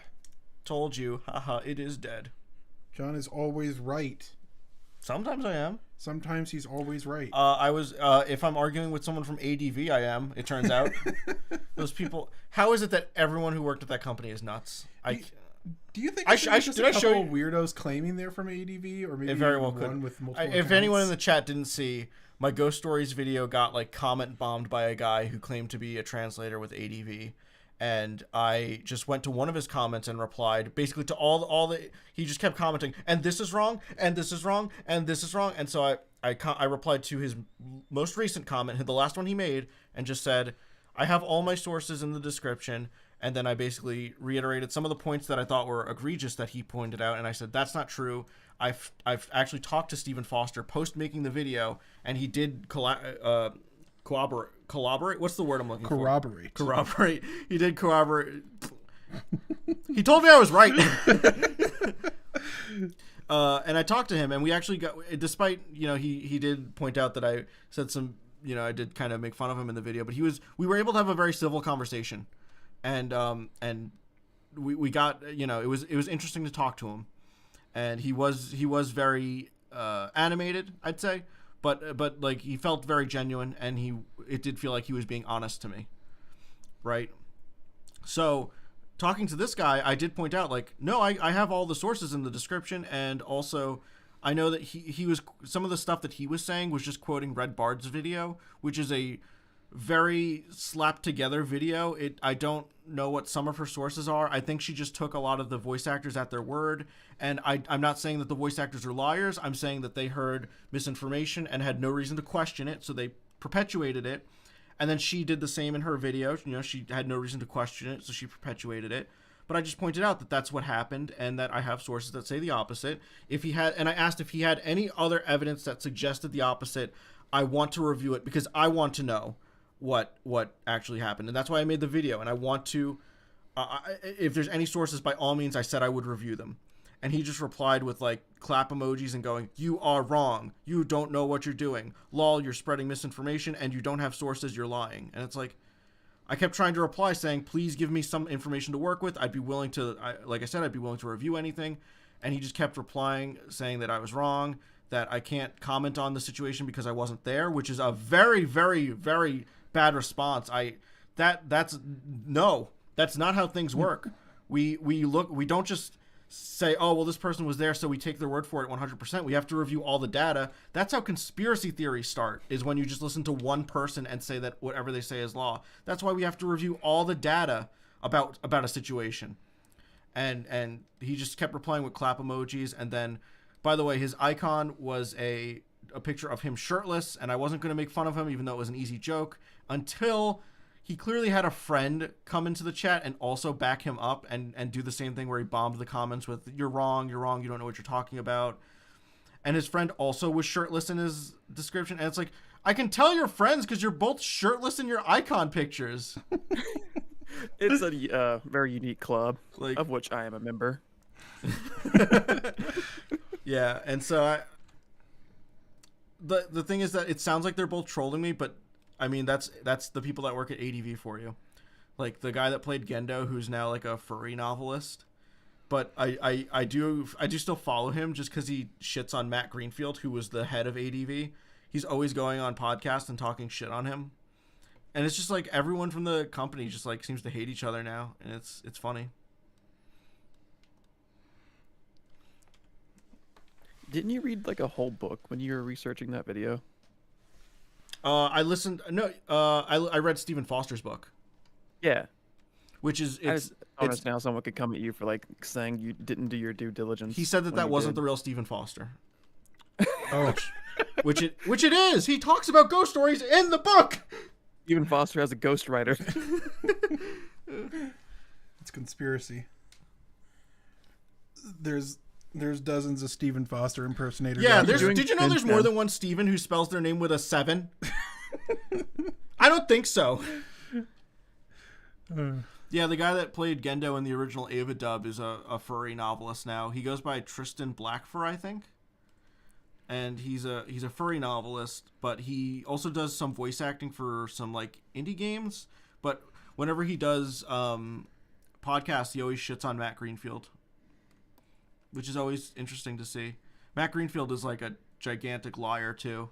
I love how he just made up the rumor that Robin Williams put the Evangelion figure in 1 hour photo, which that's not what happened. He just totally made that up.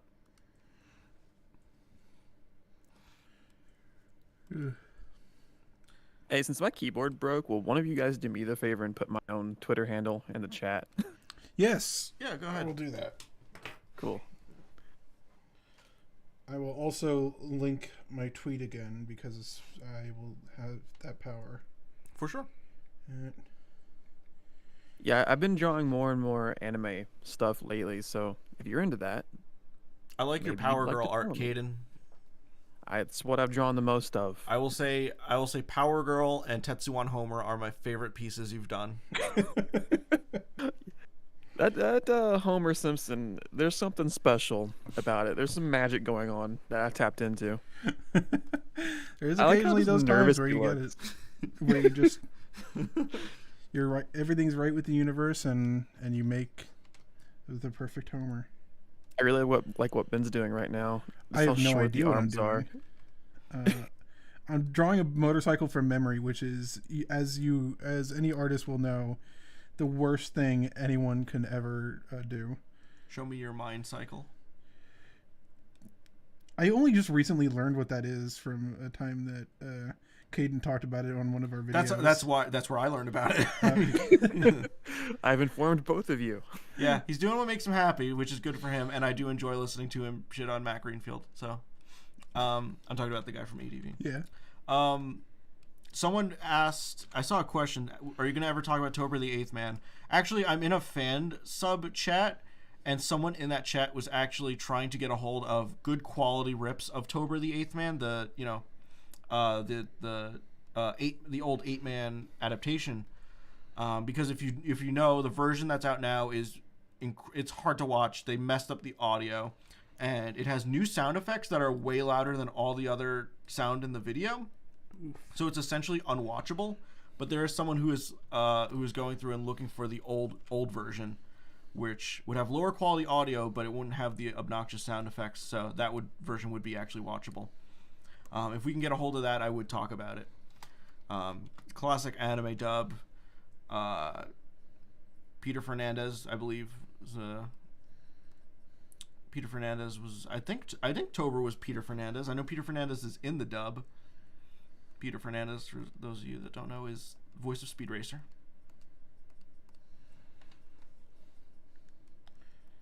Well, if you came for Cyborg 009 and old anime talks, this is perfect for you. I saw two suggestions. One was a midlife crisis version of Astro Boy, and one was Cyborg 009. Okay. So this is an old Cyborg 009 just going through a midlife crisis and cosplaying as some sort of Astro Boy knockoff while about to ride his motorcycle. I hope you mentioned Ralph Bakshi's work on 8-Man. Yeah, as soon as I saw the opening, I knew that it wasn't anime, because the opening to the 8-Man anime was made in America. And so it's animated by I think it's what was Ralph Bakshi's? Was what was their cartoon company? Was it Teletoon or something? What was the help me out, chat?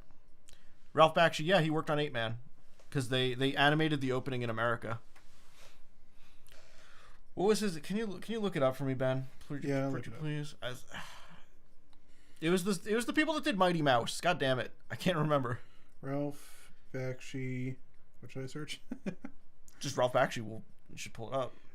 Terry Toons. That's what it was. Terry Toons. Yeah. I wouldn't have found that anywhere anytime soon.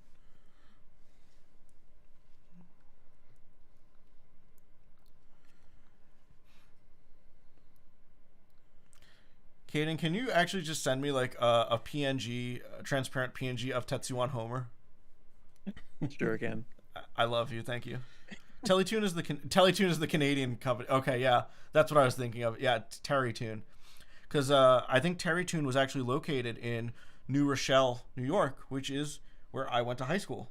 Oh, cool. I didn't even realize it, but obviously it wasn't Terrytoons anymore when I was in school in the 2000s. But I was actually walking by the old Terrytoons building every day when I walked to high school. Do you think you ever passed by Ralph Bakshi? I think I did once, and I think I looked up to him, and he gave me the slight like nod, and I think that instilled like a little bit of magic in me. And I think I immediately went, I'm gonna go, and I'm gonna make cartoons where people have sex and say the N-word. And I think Ralph Bakshi. There's like this whimsical Steven Spielberg music playing during this moment.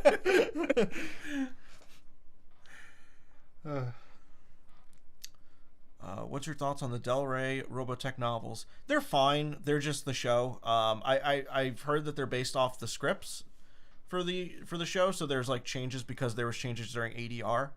But are the Del Rey novels the one by Jack McKinnon? I think that's his name, because those are the ones I have, and I have the complete series, and it's perfectly fine.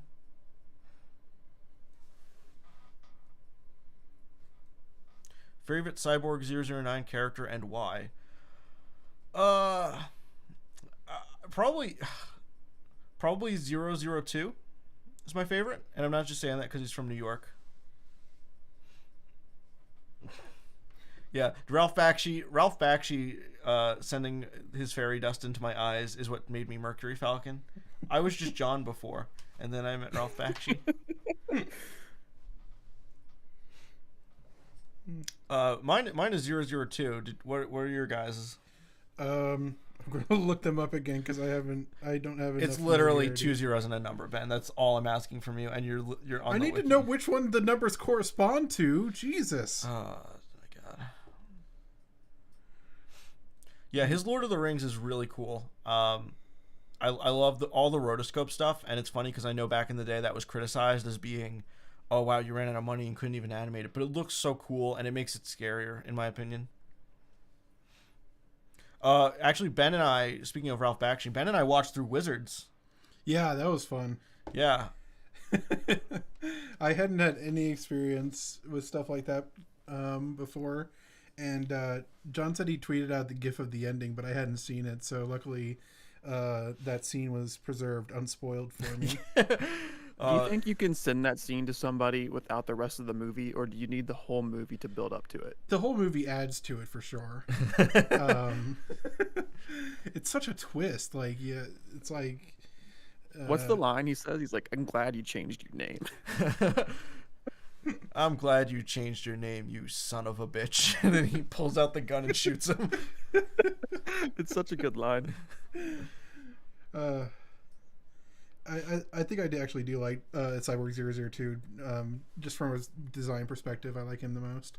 Yeah, 002 is my favorite. I know in Japan, it's I think the popularity poll 009 is the most popular because the main character is always the most popular. I like 009-1.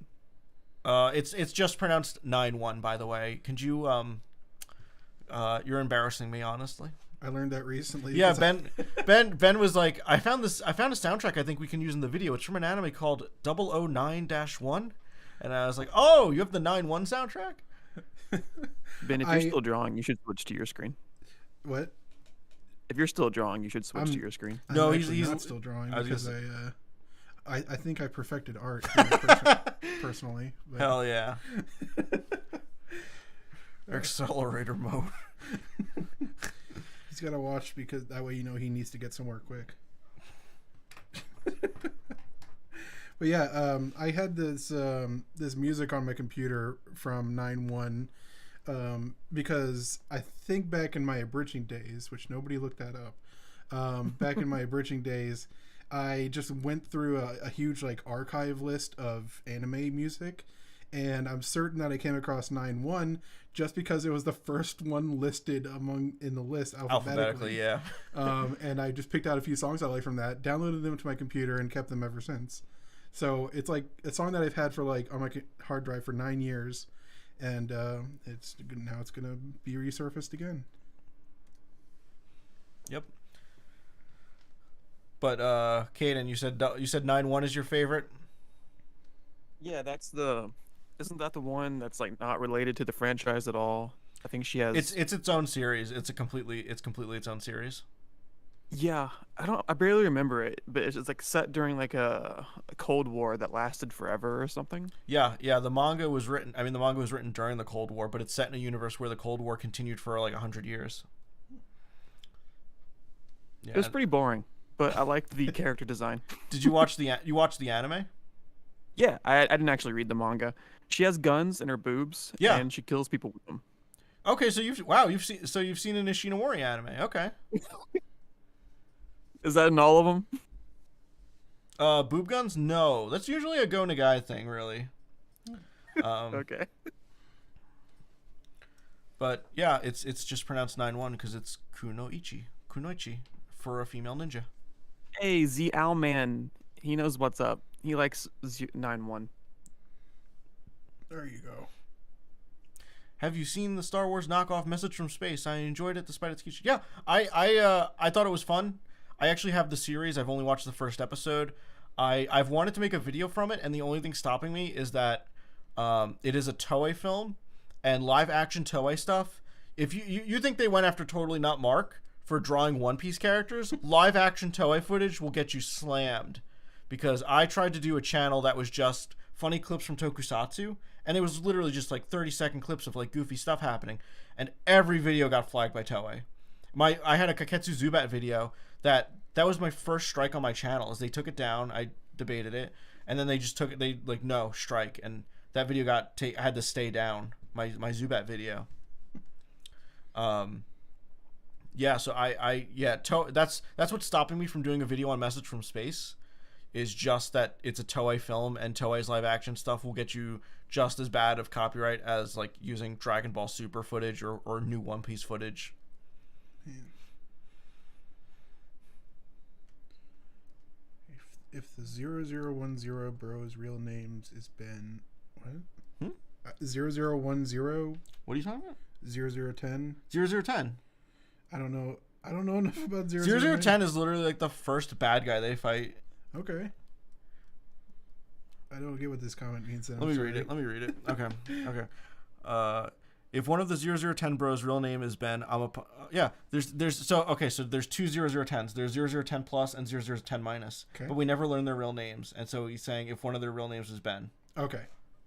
That's all I wanted to know. I don't know. I haven't watched any Cyborg 009. Like, I've seen tertiary stuff because John's always watching it in the living room, but and we live together because we're gay lovers. So I've seen only just brief glimpses of it. That's about all I know of Cyborg 009. I'm not a real anime fan. Okay. I'm sorry. You have a bunch of plushes in your. Don't tell anyone. Besides, they're all just the Scrub anime plushes. You are a Scrub anime fan. I can't turn my neck anymore. What plushes are you looking for? I'm seeing Hunter x Hunter. I'm seeing a Yu Yu Hakusho. Hunter x Hunter, Yu Yu Hakusho, a lot of One Piece stuff. Yeah, yeah. You're actually part of the problem. Have you read all of the 009 manga? No, it's actually not all translated.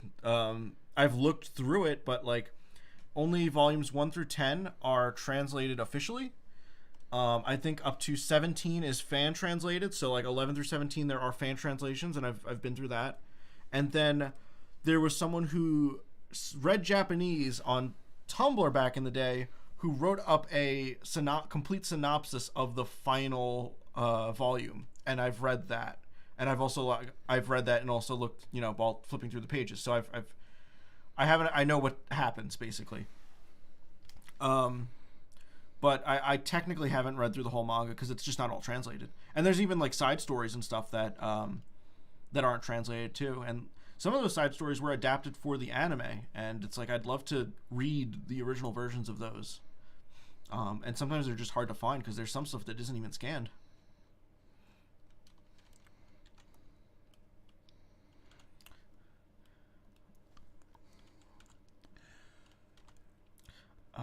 Let's see. Volume is out. Can you hear it? Can we check? Is everyone able to hear us? Because like Caden hasn't talked for a bit. yeah, I know Caden's been quiet, but we should Yeah, I've still been be quiet. here. I've been trying to fix Can't my hear you. stuff. Is it now? Is that, I mean, can't hear us? Is that a you problem or is that an everyone in the chat problem? Just in case Ben might want to type in the chat. Can anyone hear us? Yep. Hopefully, I mean, we didn't touch anything. I can hear. Yeah, okay. It's a that guy problem. Yeah, it's Okay. Yeah. Yep. Just double check your audio stuff, Mr. Charles. I mean, he can't hear us. Oh. Someone typed Someone tell him, please. Someone help this man.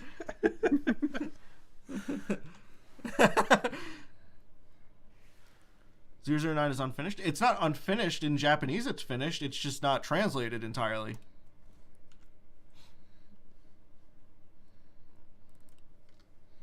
Did you watch the new Sonic movie? I haven't seen it. I kind of wanted to see it, actually. I think I mentioned it to you, Ben, that I wanted to go see it. Yeah. I'd be down for. You saw the first one, right? Yeah, I saw the first one. It's just a nice, fun movie. My issue is that when I saw the first movie, I saw it in theaters, and there were like kids everywhere, and it was like I know I understand I'm seeing a kids movie, but it is still kind of annoying that there's kids like talking and you know, running up and down the aisles and stuff. So that's kind of annoying. And I think Critical recently uploaded a review where he said that was kind of he's like, yeah, I know it's a kids movie, but the kids were kind of annoying. And I kind of feel like it would be that experience again. Yeah, that's unfortunate. At least it's like kind of expected, unlike when you go to see Guardians of the Galaxy 2. That was our Vietnam, was seeing Guardians of the Galaxy, and this little girl. He's making a joke about him getting an erection, and the kids are asking, "What does it mean when his crotch gets bigger?" Yeah, I mean, and then they were that child was the absolute worst, by the way. And they had not to be racist, but they had thick Southern accents, and it was like kind of had a white trash vibe to it.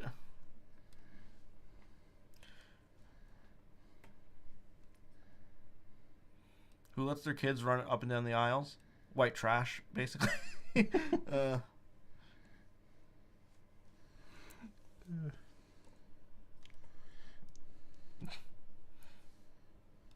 See, Ben has finally defaulted to their sorry. main OC. Cash.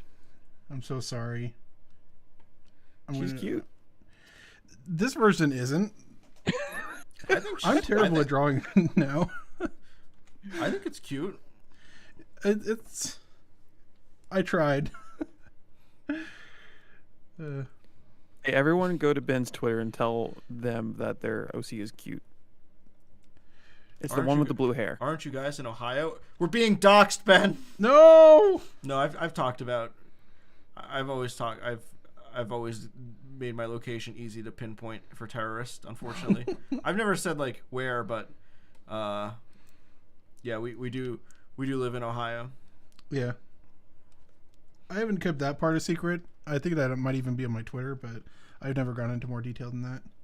Yeah, and I do talk about whenever I go visit my family in New York, because my family's all in the Bronx, and that's always fun. I've been trying to meet trying to organize meeting up with some Twitter mutuals, because I know I have a bunch of mutuals that live in New York, and it's like, hey, I visit New York every year. I'm actually trying to visit twice this year, because I'm once to visit my family and then once for a wedding. So yeah. I went to New York for the first time this past year. It's a pretty cool city. What part of New York were you in? We were mostly in Manhattan. Okay, that's a popular place in New York, I've heard. Yeah, I'd never been to a city that big before. Really? Oh yeah. Because I won't dox you, but yeah, that makes sense. Yeah, I was like stunned by the reliable public transit. I was like, "What? This is crazy! I don't need to own a car to go everywhere." No, in fact, owning a car is pretty rare. Yeah, Yeah, because it costs such as a much different as like thing, rent does 'cause here. Yeah, to own a where car. I grew up and presumably where Caden grew up, it's like that was like a measure of age. It's like you always reference your age into how far away you are from growing up, how far away you are from getting a license. Yep. Getting a license was like the symbol of freedom. Yeah. Do kids in New York just like when they're 12 just get on the subway and go places? Dude, I was telling Ben recently that I actually lived like only a block away from my school, and my dad used to walk me to school because it was so close. And then I remember one day I was in the 3rd grade, so like I'm 8 years old, and I was like, Dad, I'm ready for school. And my dad had woken up late, and so he was like just getting out of the shower, and he had a towel around him. He's like, you know what? You can walk to school by yourself. I'm gonna watch you from the window, and you should be fine. And I was like, okay. And so I walked across, and there's a crossing guard, and I just merged in with another group of kids who were also walking to school, and I made it across. And my dad was just like, yeah, that's like not very far. You can just walk to school now. And so from 8 years old, I've been walking to school. And then when I went to high school, like I've said, my high school, I was in the Bronx, and my high school was in New Rochelle, which is like only maybe a 30-40 minute drive, but I had to take public transportation. So taking the city bus, it took like a little over an hour sometimes. But yeah, like it's perfectly normal. Me and all my friends did it. So it's basically like Hey Arnold the cartoon. It's pretty accurate. That's absolutely like kids taking the train is totally normal. Yeah, my mom wouldn't even let me like cross the road. That's another thing about New York City is you think that the traffic there would be like untenable, but it's not because it's pretty basic in the way that it flows. You know why? It goes one direction. You know why? And this fucking blew my... I didn't know this was a thing when I moved to Ohio. Yeah. There's no right on red. There's no right on red. Yeah. So when there's a red light, you're 100% safe to cross. No right on red. You just... Yeah. It's red. You walk. You just go. I can't cross the street in Ohio to save my fucking life. I die every day. Because it's so true. Like there's... Why? It took me a day to adjust to New York, but the second day I was like, I can trust the traffic to predictably go in one direction. Yeah. You could just cross the street. You can't do that here. I think I waited half an hour. I took my car to a mechanic, and I wanted to run across the street to get a haircut, and it's the shortest street ever. My God, it's so short. I was waiting there for 30 minutes, and I'm pushing the button. Turn the light red. Please turn the right light. And I'm waiting there. Oh. All right, we got a question. Do you Yeah. like the Advanced Wars game series? I've never played it, even though my friends cosplay it. Prince is actually a big Advanced Wars cosplayer, if you didn't know. Oh, not yeah, know I that. knew he did a lot of cosplay, but I didn't know specifically what. Yeah, Prince is someone asked about the infamous scene between Joe and Francois. I'm not a fan of it, like most people. I had seen Re-Cyborg 009 before I read that part of the manga, and I remember there being a sex scene in Re-Cyborg 009, and me going like, this feels out of place, this feels a little weird. And then when I read the manga, it was like, maybe this is what they got it from. Not a fan of it. Do you guys have the chat in real time? Because I'm watching the delayed version. I think so. Hard to tell. Someone type something and we'll say as soon as we see it.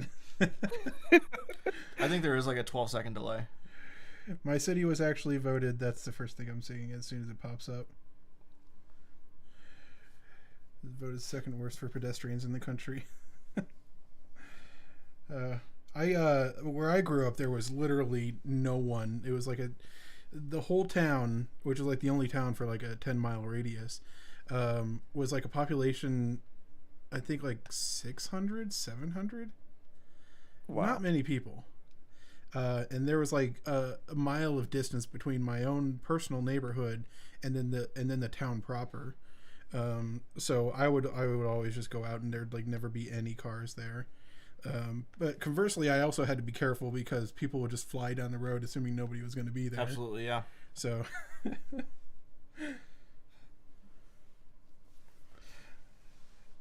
Yeah, that's why I wasn't allowed to cross the street at 12, but John was walking to school at 8. Yeah. Uh, that's funny. But yeah, if anyone in the chat, I'm sure my viewers have seen Mr. Cheese is what he goes by.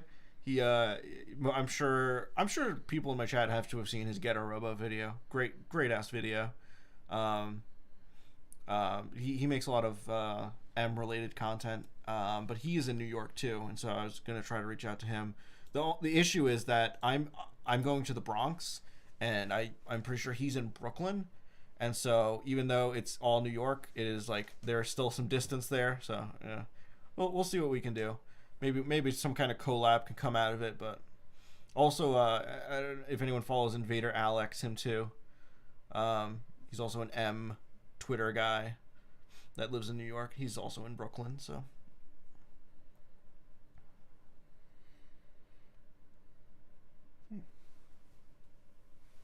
What's up, y'all? Really enjoy your videos, John. Regularly shouting out the Macross video.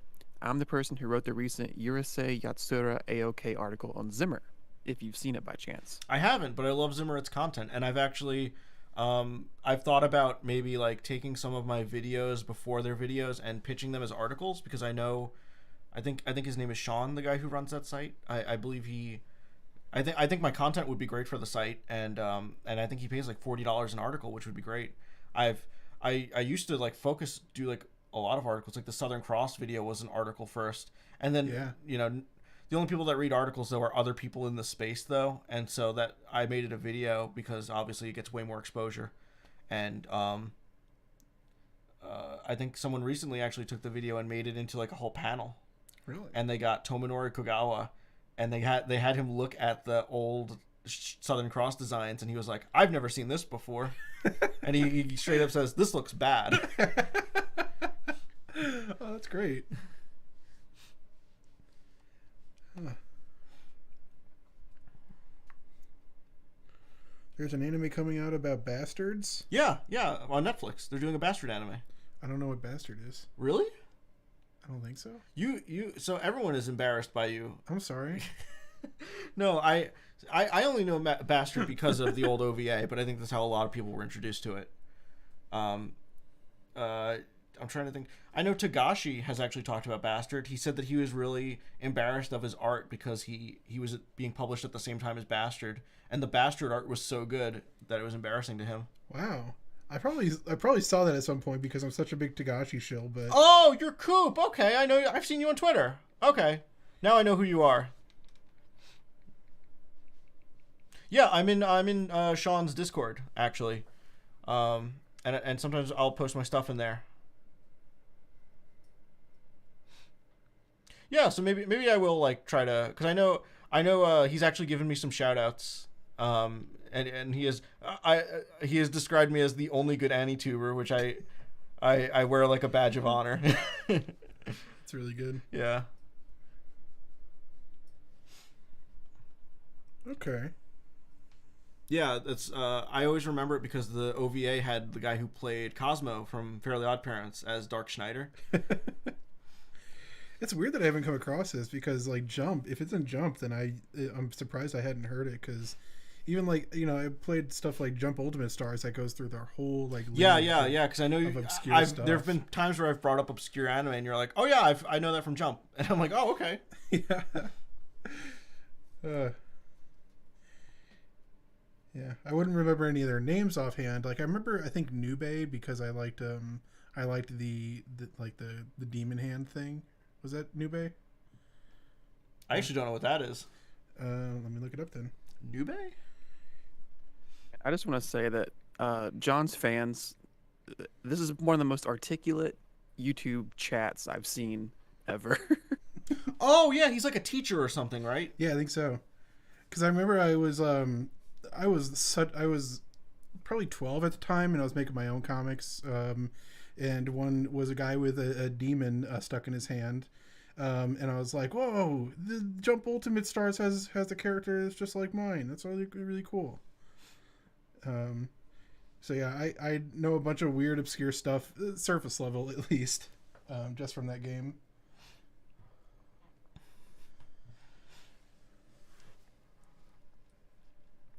I actually have people talking about old ADV stuff. I one of my prized possessions, and I posted on Twitter a lot, is I have a Dunbind single, Volume 4, autographed by Carl Masick, that I found at Half Price Books. Wow. I was looking through, and me and Chad were looking at the singles, and he's like, "Oh, some Dunbind singles." And then he was like, "Oh, they only have up to Volume 4, and this whole series goes up to 12, so it's like you're not getting most of the series." Yeah. He's like, "Oh," and I was looking at them, and I was like, "Maybe I'll get them." And I go to Volume 1, I'm like, "Okay." Go to Volume 2, okay. Volume 3, Volume 4. I'm like, "Oh, someone wrote on this. Oh, is this a signature?" And I said, "Oh, who'd they get to sign it? Vic Mignogna?" Because Vic Mignogna's in the dub. And I was laughing at it. I was like, "Oh, what is this Vic Mignogna signature?" And then I looked at it. It's Carl Masick. I'm like, "Oh, shit." And I'm like, "Well, I'm buying this." It's a piece of history right there. Yeah.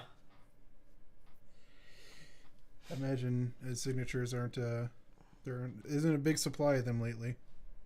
No, he's been dead for 12 years. So. Yeah. That was my thought. Okay. I didn't know if you knew. I've talked with Chad a time or two. Chad's a fun guy. He's in the other room, actually. Like, Yeah, we just didn't invite him. no, we hate him, actually. He's the worst person I've ever met. I think he's like, he has a personal goal of beating Elden Ring before Grant.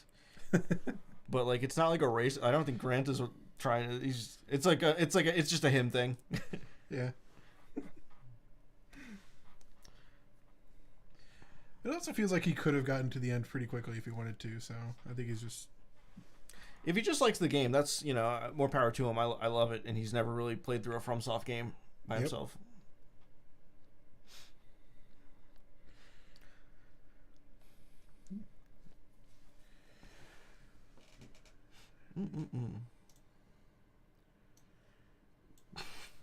I like your OC, Ben. Thank you. I messed up the proportions a lot, but No, I like it. She's got like the little chubby Astro Boy style to her. But I mean, like the face, it's pretty off balance. But I disagree. I think it's perfect. That moment when you walk into Chad's room and his figure display falls on you. Okay? So I got to ask. You must have seen pictures of Chad's room, right? Where it's like, it's fucking insane. He's got. I remember our friend Greg described it as, "This is what happens when you give a child money." So many anime figures. The thing, he does have a good design sense because he's got all these like colored it's lights organized. that are It's not very- messy. It's not messy, but it's like, it's a lot. Yeah. And it honestly, now he's got all these lighting things, and honestly, it's a little beautiful. Yeah, it's so pleasing to the eye, and he works hard to make it that way. So it's a lot, but he makes it work. That room is his pride and joy. Yeah. It's like a bonsai tree, only at cost of infinity money. And now he owes the government taxes over anime, and Oh my god. and he can't buy as many figures as he wants to now. Chad secretly used to be a big YouTuber. I won't say the name of the account, but I'm sure you've watched his videos. But he was undercover, basically being a big YouTuber, and then his videos got copyright, and now he owes the government because his video, for the months that they were monetized, I think it was only 3 or 4 months. Yeah. But for the 3 or 4 months they were monetized, he made a ton of money. He spent it all, and then at the end of the year, the taxes came in, and he was like, "Oh no, I'm done for." Man. That's pretty unfortunate. Yeah. Yeah, he's found more success on YouTube in 3 months than any of us. Any of us who are trying, and his dumb ass. Chad is one of those people that that if they just put in effort, they would succeed at anything they do. Yeah, and that's the frustrating part. He's been talking about how he's like, "Oh, I got this comic," and he's showing me this art, and it's this beautiful art with these really unique character designs, and I'm like, "Just fucking make it." He's like, "No, I'm just like in the idea phase," and I'm like, "You've drawn it. You have your characters. Just do it." And he's like, No, I still need to work out some ideas. Plus, he's been in the idea phase for like 8 years now, so. Yeah. Thank you, Suki Condor. Oh yeah, I followed on Instagram. But yeah, I mean, I still want to make a comic too, but I have no ideas. That's my problem. Well, you have done comics. Like, I've seen you make at least start them. I've seen you make chapter 1s. Yeah, not full chapter 1s, but at least a decent few. Like, I feel like pages. the one you did physically had like 13 pages. Yeah, I think it had like 11 or 12. I wonder if I actually have a photo of that on my computer anywhere. Probably not, actually. But No, Lost Media is not out of style. I've been telling these bozos to do more Media videos to like get more exposure, because the 2 Lost Media videos I made, one was a complete joke, and then one was just a half. One was a half joke. yeah, And people are like, "Those are my favorite videos you've made." One of those videos is just me saying Shaq's big challenge for 6 minutes. speaking of which, do check out our Lost Media video. We've done one of them. John's insisting we do more, but I'm gonna find a way to link it too. But we draw Lost Media that will never be seen again, probably. So Smashfest is having some breakthroughs, I've heard. I have heard that. That's actually what spurred us to do that. Is like, oh, they might discover it. Let's get in on this. Yeah, we want to do it. You wanted to do it before it was Lost Media. Yeah. Before it stopped being Lost Media. Yeah. Trying to find out how to. And also, the second Lost Media video was one. I did want to talk about Space Punch, because I just had a bunch of stuff like Marty McFly's had just scanned his album for me and gave me the high quality images, and then I also had some stuff that I had Windy translate. So I had some interesting stuff to say about that before making the full video, and I also wanted an excuse to talk about the Little Nicky anime. And then I just threw in some bullshit, and the last one I used is just me taking the direct audio of me saying Shaq's Big Challenge from the old video and putting it back into the new video. Mm-hmm. So they were completely, I wouldn't even say half-assed. They were full-assed videos, and people have been telling me those are their favorite videos of mine, and it's like, why? Mike Dent has some great stuff. I love his channel. He put it on private because he fell for the what do you call it? The scare. Yeah, that scare of Toei's going to take down every YouTuber's videos, and he privated everything, but then a couple weeks later he put it back up. So it's all up now. Vintage Henshin, check out his channel. It's great stuff. Can't believe it has less subs than me, because he has less videos. Higher quality, though. I'll say that. Higher quality. Yeah. Jico Rijo asked the question that I think John can probably rant about. Have you seen Turning Red? I don't have a Pixar's... rant. It's not a rant. I didn't care for it. A firm opinion. I said I didn't like it, but at the same time, it's clearly not a movie made for me. I have not seen it, so I can't comment on it. The art style doesn't bother me, though. I'll say that much. Like, people were giving it shit for looking too bean mouth, and I think it's fine. I mean, bean mouth is a common issue in animation these days, but it's unavoidable. There's no cure.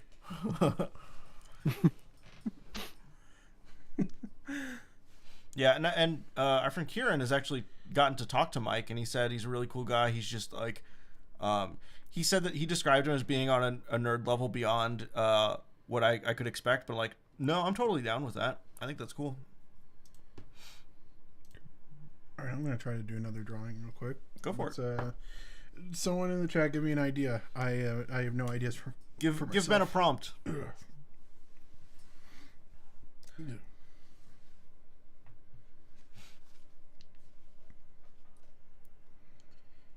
John, do you still have that one video that you made that was a joke about like the political commentary that one anime Yes, did? yes, the Centaur no Naomi. Yeah, yeah. I love that video. That one's my favorite.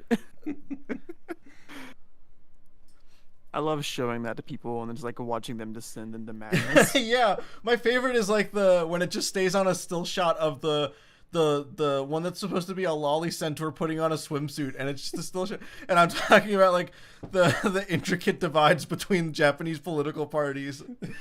That's one of my favorite segments. It's pitched so perfect. Like, you can't tell you're joking until like the right moment. No, and people were making real videos like that at the time, and so it was I had a lot of genuine hatred built up. Yeah. Of your serious videos, I probably would say the one that was about all those like Can you type Astro Boy? Saturday morning shows. was really good. Oh, the Toei Fushi. I'm glad. That's one of my favorites. I love that video, and I'm not just saying that. I know. What do you want me to type? Astro Boy. Astro Boy. And I'm not just saying that because it's my video. It's because I wanted to do something about the Toei Fushigi comedy series, but there was no information on the internet about it. And like by looking up, the way I did it was I went to the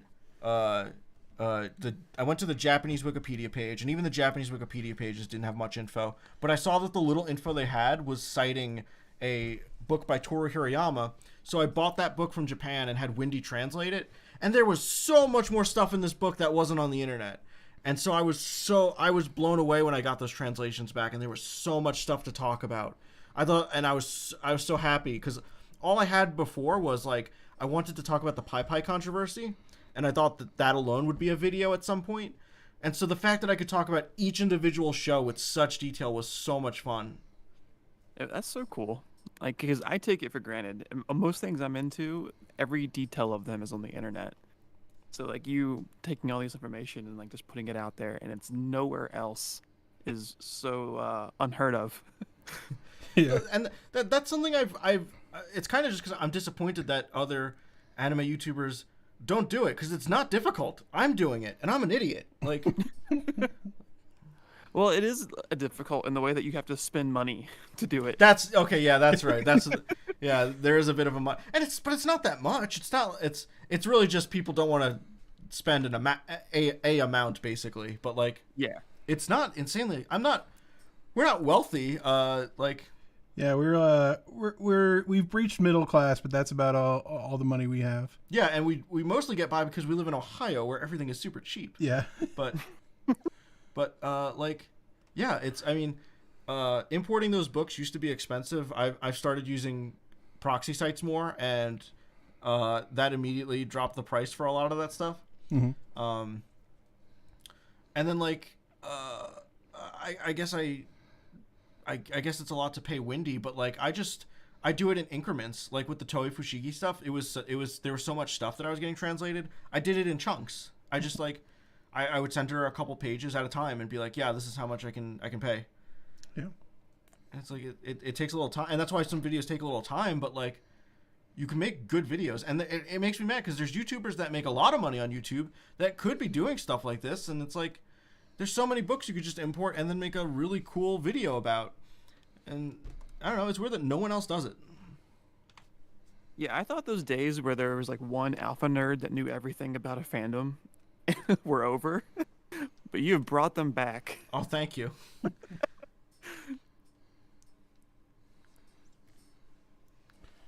That used to be the case in like comic books. It's not anymore.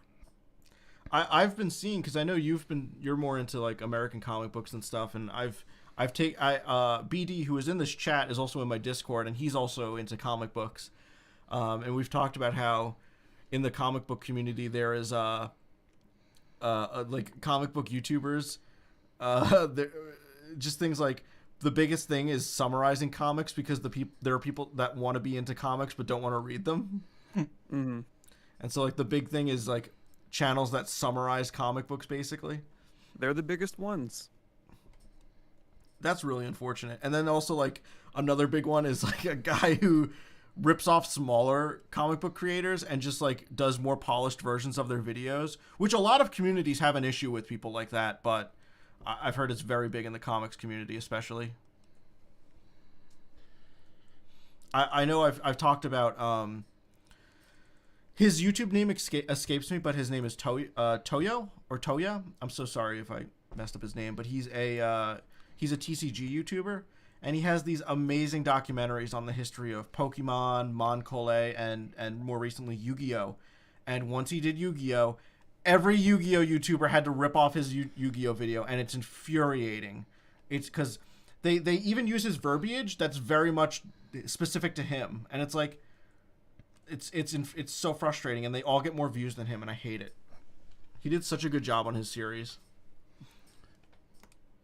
That's unfortunate. That's a trend in like every YouTube niche. I find. Yeah. What are you drawing, Ben? what do you think I'm drawing? Grimace? I guess you also didn't know what PogChamp was until I asked you to draw it. So. I mean, I was vaguely aware, but I had never really looked into it because I don't. God damn it, Ben. I just. Astro Chungus.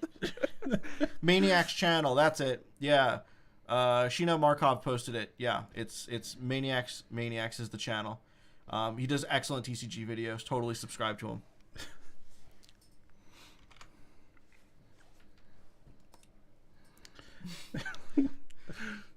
I'm seeing a lot of people asking what's going on here. Is it Peter Griffin? This is, this is Tetsuwan Chungus right here.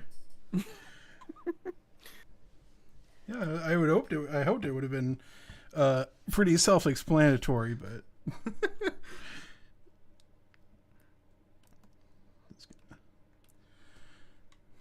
All right, it's been a fun, good time hanging out with everybody, but I think I need to dip. oh yeah, we didn't specify how much time we'd be spending here. Yeah, and it's funny because no one in the, not many people in the chat are like, oh, I'm so tired, John, I gotta go. So Let us go. Yeah, we've been steady at like 50 views or 50 people watching for a long time. You guys are dedicated. well, it's called being a professional. Yeah, I got a place to be, and so I'm gonna take my leave. It was fun, guys. See ya. Alright. Yeah, well, Caden, you can go away. We'll finish off this stuff here. Yeah. Kind of ease out. Will you kick me out of the call? My mouse doesn't work. Oh yeah. Yeah. All right, we're gonna force you away. Goodbye now. Bye. Everyone, say goodbye to Caden. See ya.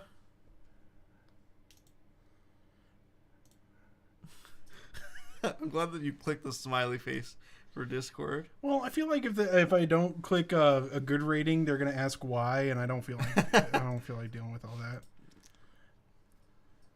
I think we stopped. It's still showing the call screen, but it's just So fine. weird. I'm gonna add some basic colors to this, and that'll be the last we have to hear of it. Yeah, I think we can wind down the stream at this point, but if there's any like last minute questions or comments or anything, by all means hit us up in the chat. Yep. What time is it now? Looks like it's 10:18. Okay, so how about we'll end at 10:25, so you have 12 or you have 7 minutes basically. That's good.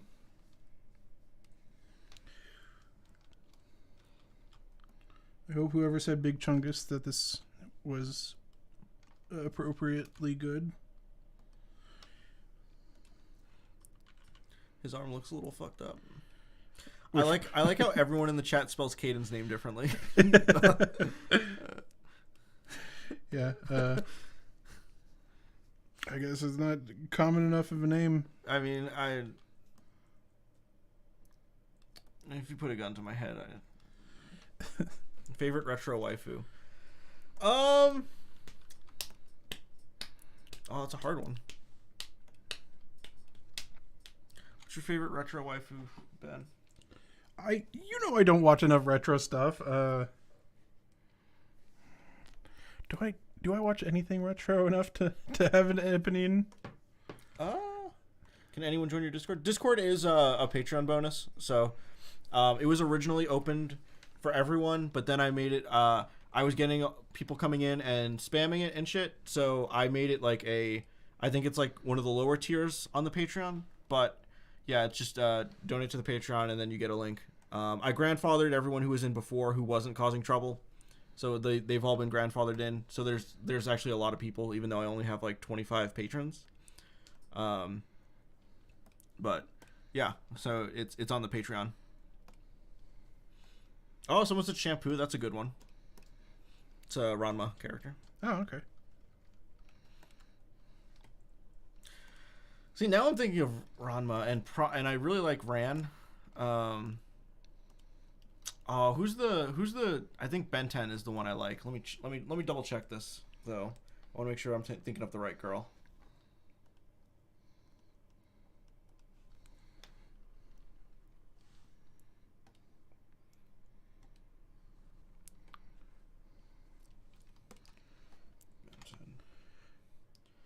That's by the way, new drawing prompt. Ben Ben 10 from Urusei Yatsura as Ben 10. Oh, that's good. That's gonna be the next. That'll be our next stream. Yeah, it's not appropriate here. It's on Astro Boy, but I'd be happy to do that. Ben 10 is good, and then Ixer 2, I'd say also. This is a very crappy coloring job. Then again, it's not the most polished drawing.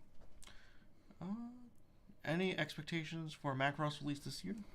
I know there was just an announcement recently about something. I'm hopeful. They keep saying like things are going smoothly, so I'm hoping that's not a lie. But yeah, I'm excited, and I hope they give us the Japanese Blu-rays basically, but I would like to see the special features from the Animego release, as well as the dub from the ADV release. Even though I know there's people who don't like that dub, I'm more of I want it there for archival purposes, because that's kind of how I am. If there's a release and a new release of something comes out, I like to replace it in my collection, and I can't do that personally if there's special features on one version that aren't on the new one. For example, I got the Blu-rays of the Guyver anime from the 2000s, but the old ADV release has a bunch of these inserts that have like interviews with the crew and like biology of the zoonoids and all this stuff that's really cool, and I don't think that's on the Blu-ray, so I've kept both sets for that. Same thing with Lock the Superman. I have the Discotek DVD release and the Sentai Blu-ray release, because the Sentai Blu-ray is obviously higher quality, but the Discotek DVD release has special features that aren't on Sentai's release, so I needed to keep both. They're not going to include that dub. That'd be funny if they didn't. I mean, the worst thing it does is they pronounce Macross as Macross, which is why I always said it that way in my old videos, and I got ran through the mud over it. And I've seen new people do videos on it where they say Macross, and it's like, I see you also watch the ADV dub. But yeah, I always got ran through the mud for saying Macross, but that's like my biggest insult about the old dub, or rather the ADV dub. Miss Machiko. I've watched most of that show, actually. I remember it was they made a big deal about it when it was up for streaming, because it was a really obscure show at a time when, you know, they weren't really licensing a lot of obscure shows. I know Discotek licensed it for streaming rights only, and then only recently it got a physical release, so that's pretty cool.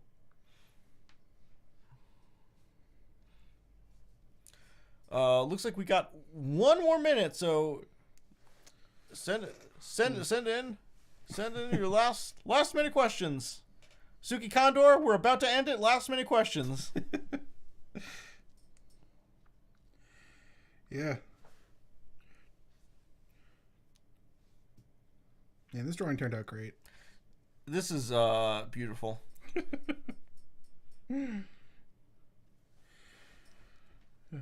We need to we're gonna get Caden and all these drawings from mine. We're gonna get them tweeted out somewhere, and they're gonna get 10 million hits. Oh yeah, definitely. Especially, I mean, Tetsuwan Chungus over here.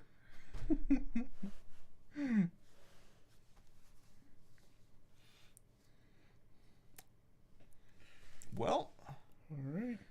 Have you ever watched Big O? Yes, I watched it a very long time ago, and I still have the old Bandai release. Discotek wishlist. My wishlist for their licensing. I've tweeted at them saying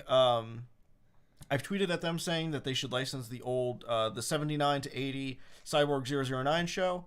And if they ever, my dream would be if they asked me to do like a commentary track or something for it. I would love to. I've always wanted to do something on an official release, like bring the stuff I do in videos to a DVD release, because I feel like there's a lot of DVD releases that don't have stuff like that. I've criticized Sentai Filmworks' Kashan release because there's no other information. It's just the show. But I had this, when I started researching it myself, I found all this really cool information that would have been cool to include either as an article or have someone do an audio commentary track. And I'd love to see more stuff like that on those old school releases. So I would love to see the old Cyborg 009. And if anyone from Discotek is listening, I know a couple of Discotek peeps follow me on Twitter. I would love to do a commentary track or even write something. I have some books that talk about the production of the 79 show that I could quickly and easily get translated for additional information. Yep. That moment they ask you to do an Ixer commentary, I'd love that too. I'd absolutely love to do that. I have tons of stuff to say about Ixer. I mean, I've essentially made 2 videos about it, the one on Harano and then the one on just Ixer itself. Yeah. If Matt McMuscles can be on a commentary track, so can you. Matt McMuscles is the #1 channel that people who subscribe to me watch. I was just telling you. Yeah. Yeah, how I was looking at the people who follow you also follow these. It's an analytical thing on YouTube. And #1, people who follow me also follow Matt McMuscles. That's #1. #2 is Toy Galaxy, which makes a lot more sense to me. And I think he used to be the #1 because his videos are very similar to mine. But yeah, I'd love to do something with Discotech. Absolutely. Love to do a commentary track or even just write something for them. We have friends that were in the Dub of Hells. Yeah. Grant was the unnamed demon who he named Lavella-Core, I think. Something like that. And then we were in a dub that we can't say because it hasn't come out. It's under NDA. Yeah. And so they would basically, that means that they kill you. It may never be a thing as far as I'm aware. There's a promo out. Is there? Yeah, did you not see it? No, I don't watch anything. A promo got low key dropped on New Year's. Oh, yeah. Yeah, but it was who knows? Yeah, so who knows? Do you guys watch Yu Yu Hakusho on English dub? Wow, perfect. Yeah, I recently started watching the Dark Tournament in Japanese, and I'm not as big a fan of Yu Yu Hakusho seeing it again as I was the last couple times I'd seen it, but I do like the Japanese. I think that there's actually some stuff in the Japanese that didn't make it to the dub. Like, I thought there was a funny scene where Keiko's trying to get Yusuke to take her to Disneyland. Oh yeah. But I guess they couldn't say Disneyland in the dub. Yeah. So she's just like, you got to take me to the amusement park. And then, but like Yusuke specifically replies as if Disneyland's too expensive. Yeah. So. It's unfortunate we missed that. Of course, I hate subs since I can't see. Yeah, Ben has like 2 rare eye. I'm not even joking. Ben has 2 rare eye diseases that make it hard to read. So. Yeah, 2 overlapping rare eye diseases, and so I don't like subs for that reason specifically. I have to deal with bad dubs every day of my life. But Kaiji is the one anime that's sub exclusive right now that I've watched through twice, if that is any indication of how good it is. But I think that's about it. I mean, I want to go out by promoting myself again. Go for it. If anyone's looking for an editor that can, pay any decent rate or anything like that, I'm good at what I do, and I'm looking for work, please. Yeah, and you're negotiable. Yeah. And also 1,000 Stupid Words channel for drawing. If you enjoy that, we just cover a bunch of different topics. We goof off. We have John on here a lot. We're planning on having him on a lot more. So if you like listening to him and me and Caden, check us out too. It's funny that it says Ben should learn Japanese when you actually do know some Japanese. That I know, like surface level, like pronunciation stuff, things like that. So and like a few symbols I've memorized. Like I know, generally speaking, katakana and hiragana, I know the symbols well enough that I can put them into a keyboard and translate them through Google. Like that's I translated Chemo Fujin on my Twitter, by the way. The first arc, at least. The first arc. So if you're a fan of Chemo Fujin and want to see some actual, I doubt there's any fans if they haven't seen it, but it's gonna blow up one of these days. I was the first one to translate it. The creator even retweeted me. But if you want to see a dog wife comic, come to at 1,000 Stupid Words, and I've got the first arc there. Someone asked another stream soon. I think we should do one, maybe when because Caden doesn't. He's not in our neighborhood, but he is driving distance, so he's going to be visiting us this summer. Maybe we'll do one where we're all in the same room together. That'd be pretty cool. Yeah. That'd be fun. Yeah. How would you say Shaq's big challenge in Japanese? Oh my god. I'll come back to you on that one. I haven't seen the subs yet. I don't remember the word for challenge. I thought I would, but oh dang. Yeah, I think that's gonna wrap it up, everyone. If you have any additional questions that you were dying to ask, by all means, you can tweet at us. But yeah, I think we're gonna get going, and Yu-Gi-Oh video probably end of this month, beginning of next month, right? Hopefully so, unless something big changes. Unless you get hit by a car, Yep. we should be fine. Doesn't happen too often, so should be fine. All right, thanks for stopping by, everyone. Yep. See you guys. Now I need to figure out how to turn this. Oh, that was annoying. Don't you hate all our fans? Oh. Yeah.